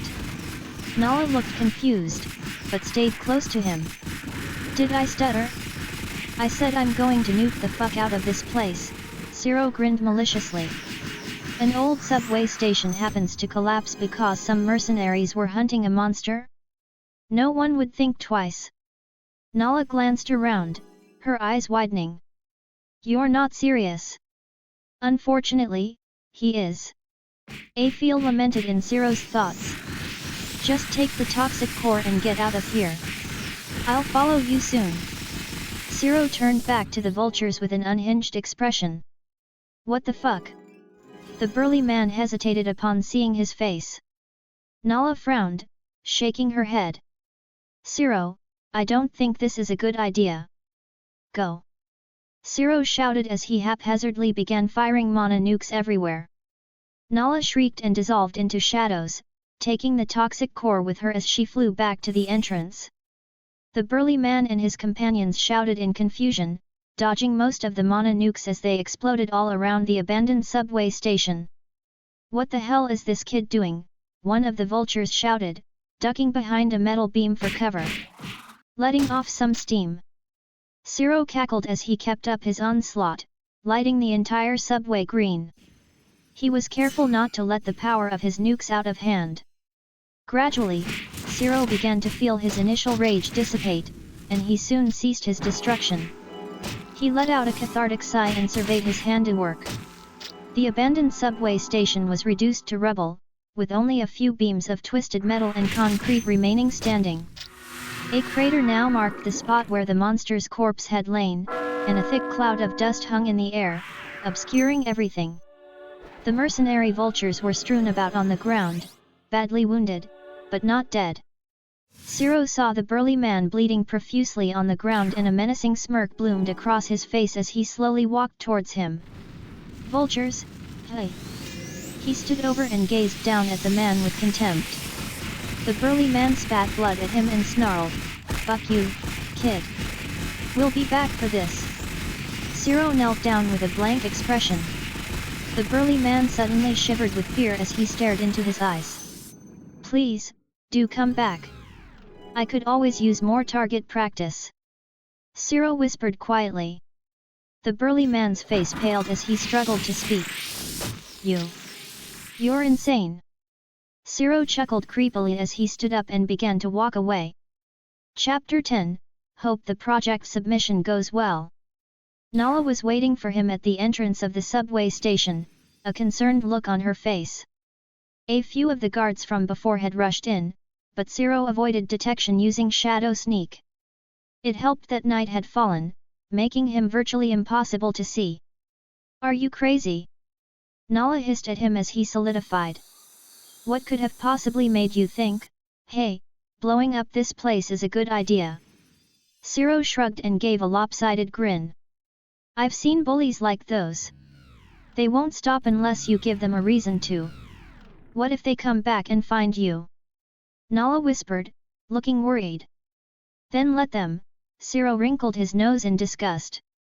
I got no problem throwing hands if need be. You didn't kill any of them, did you? Nah, Zero shook his head. But I will if they come after me again. Nala stared at him long and hard, trying to determine if he was serious. She shook her head and sighed. Let's just claim the reward and sell the toxic core. She walked off in the direction of the mercenary union, Zero trailing behind. So, what are you planning to do with your half of the gold? He asked as they crossed the street. Save it, I guess. Nala shrugged. I'm not very materialistic, so I rarely buy anything for myself. Hey, Zero mused. I'm gonna buy myself some new clothes. What about your debt to Amaya? Afiel spoke up. Hey, she said I could pay her back anytime. Why shouldn't I indulge myself first? Zero grinned to himself. That's nice. Nala replied quietly. What are you planning to do after this? Zero continued, trying to make small talk. Why are you interested? I'm just wondering what you do. Zero gave her a curious look. I assume you just sleep during the day and do stuff at night. Like a vampire or something. Nala smiled softly for the second time. Usually I just do small tasks here and there during the day. Then I hunt stray monsters at night. Oh, I'm still trying to figure out a schedule. I'm still new to all this since the apocalypse happened. Well, since I revived a few days ago. Hey. Nala stopped in her tracks and turned to look at him. I died on the first day of the apocalypse and my goddess Sori, sponsor, revived me. Zero casually explained. The Shadow Reaper continued to stare at him blankly. It's a long story. I've got time. Nala shrugged. For the rest of the way back, Zero recalled everything he had been through the last few days to Nala, from when he died and was resurrected by Afiel to his struggles during the A-rank trial. And that pretty much explains why I have very limited knowledge of the world today. Zero finished as they began to see the outline of the Mercenary Union building. Hey, Nala said, her expression unreadable. That's quite the story. I never really understood what it's like to die and come back to life. I guess it's like being born all over again. Hey. Not really. Zero scratched the back of his head. For me, it was just a blink and bam, I'm back here. Memories still intact and everything. Oh. Nala seemed disappointed, but Zero couldn't tell for sure. The two reached the Mercenary Union and walked inside, heading to the left of the front desk to the Commission's office. So, you were saying about your tasks? Zero prompted as they entered the office and waited in line. It's nothing, really. Sometimes I'll do menial tasks like volunteering for charity work or helping out at the orphanage. Oh. That's not what I expected. What did you expect? Nala asked with a small smile. I don't know, Zero shrugged. A mercenary of your class and rank feels like they should be doing more dangerous work, like spying or infiltration or something. Nala let out a soft laugh. Spying and infiltration? There's not really a need for that. Yet, maybe some guilds in parts of the world government might be shady, but it's not like there's a global threat that needs to be monitored. The pair finally reached the front of the line. Yes, how may I help you today? The middle-aged receptionist asked, her tone polite. I'm here to report the subway monster task, Ciro began. We also harvested a toxic core to sell. Ah, yes, the A-rank hunting task, the receptionist replied, taking the item and logging their completion. And for your reward, here's the hard gold after fee deduction, per your request. She handed Ciro 2 hefty pouches of gold coins. Your item will be placed on the market and we will contact you after it's been sold. Would you like hard gold or have it wired to your account? Ciro hesitated. Hard gold, please. He made a mental note to open a new bank account for digital deposits. Of course, the receptionist smiled politely. And for the shadow creature task, we will also give you a bonus based on the quality of the core you harvested. She examined the core and nodded. This is a high-grade toxic core, so you'll receive an extra 1,000 gold. She handed Nala 4 pouches of gold. Thank you both for your hard work. No, thank you. Ciro began to salivate at the sight of the unexpected bonus gold as Nala grunted under the weight. As they left, Nala handed Ciro a pouch. Do you not have a bank account? She grumbled.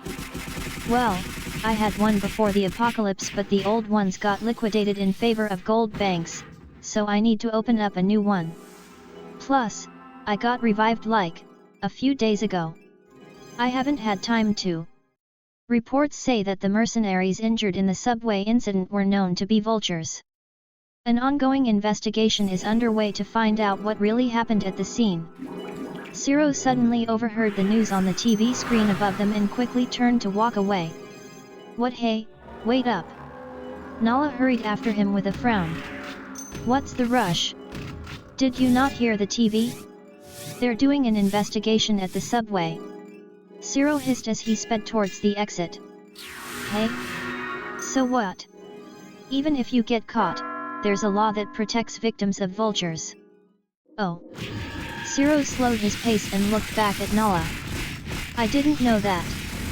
He grunted as a figure bumped into him, causing his bags of gold to fall to the ground. Ciro gasped and knelt down, frantically trying to recover his precious payment. Man, watch where you're going. Ciro snapped as he stood to confront the person he collided with. Oh, Ciro.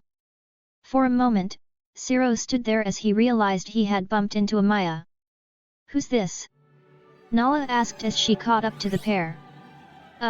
Ciro composed himself. Nala, this is Amaya, my ascendant liaison. Amaya, this is Nala, a mercenary I met.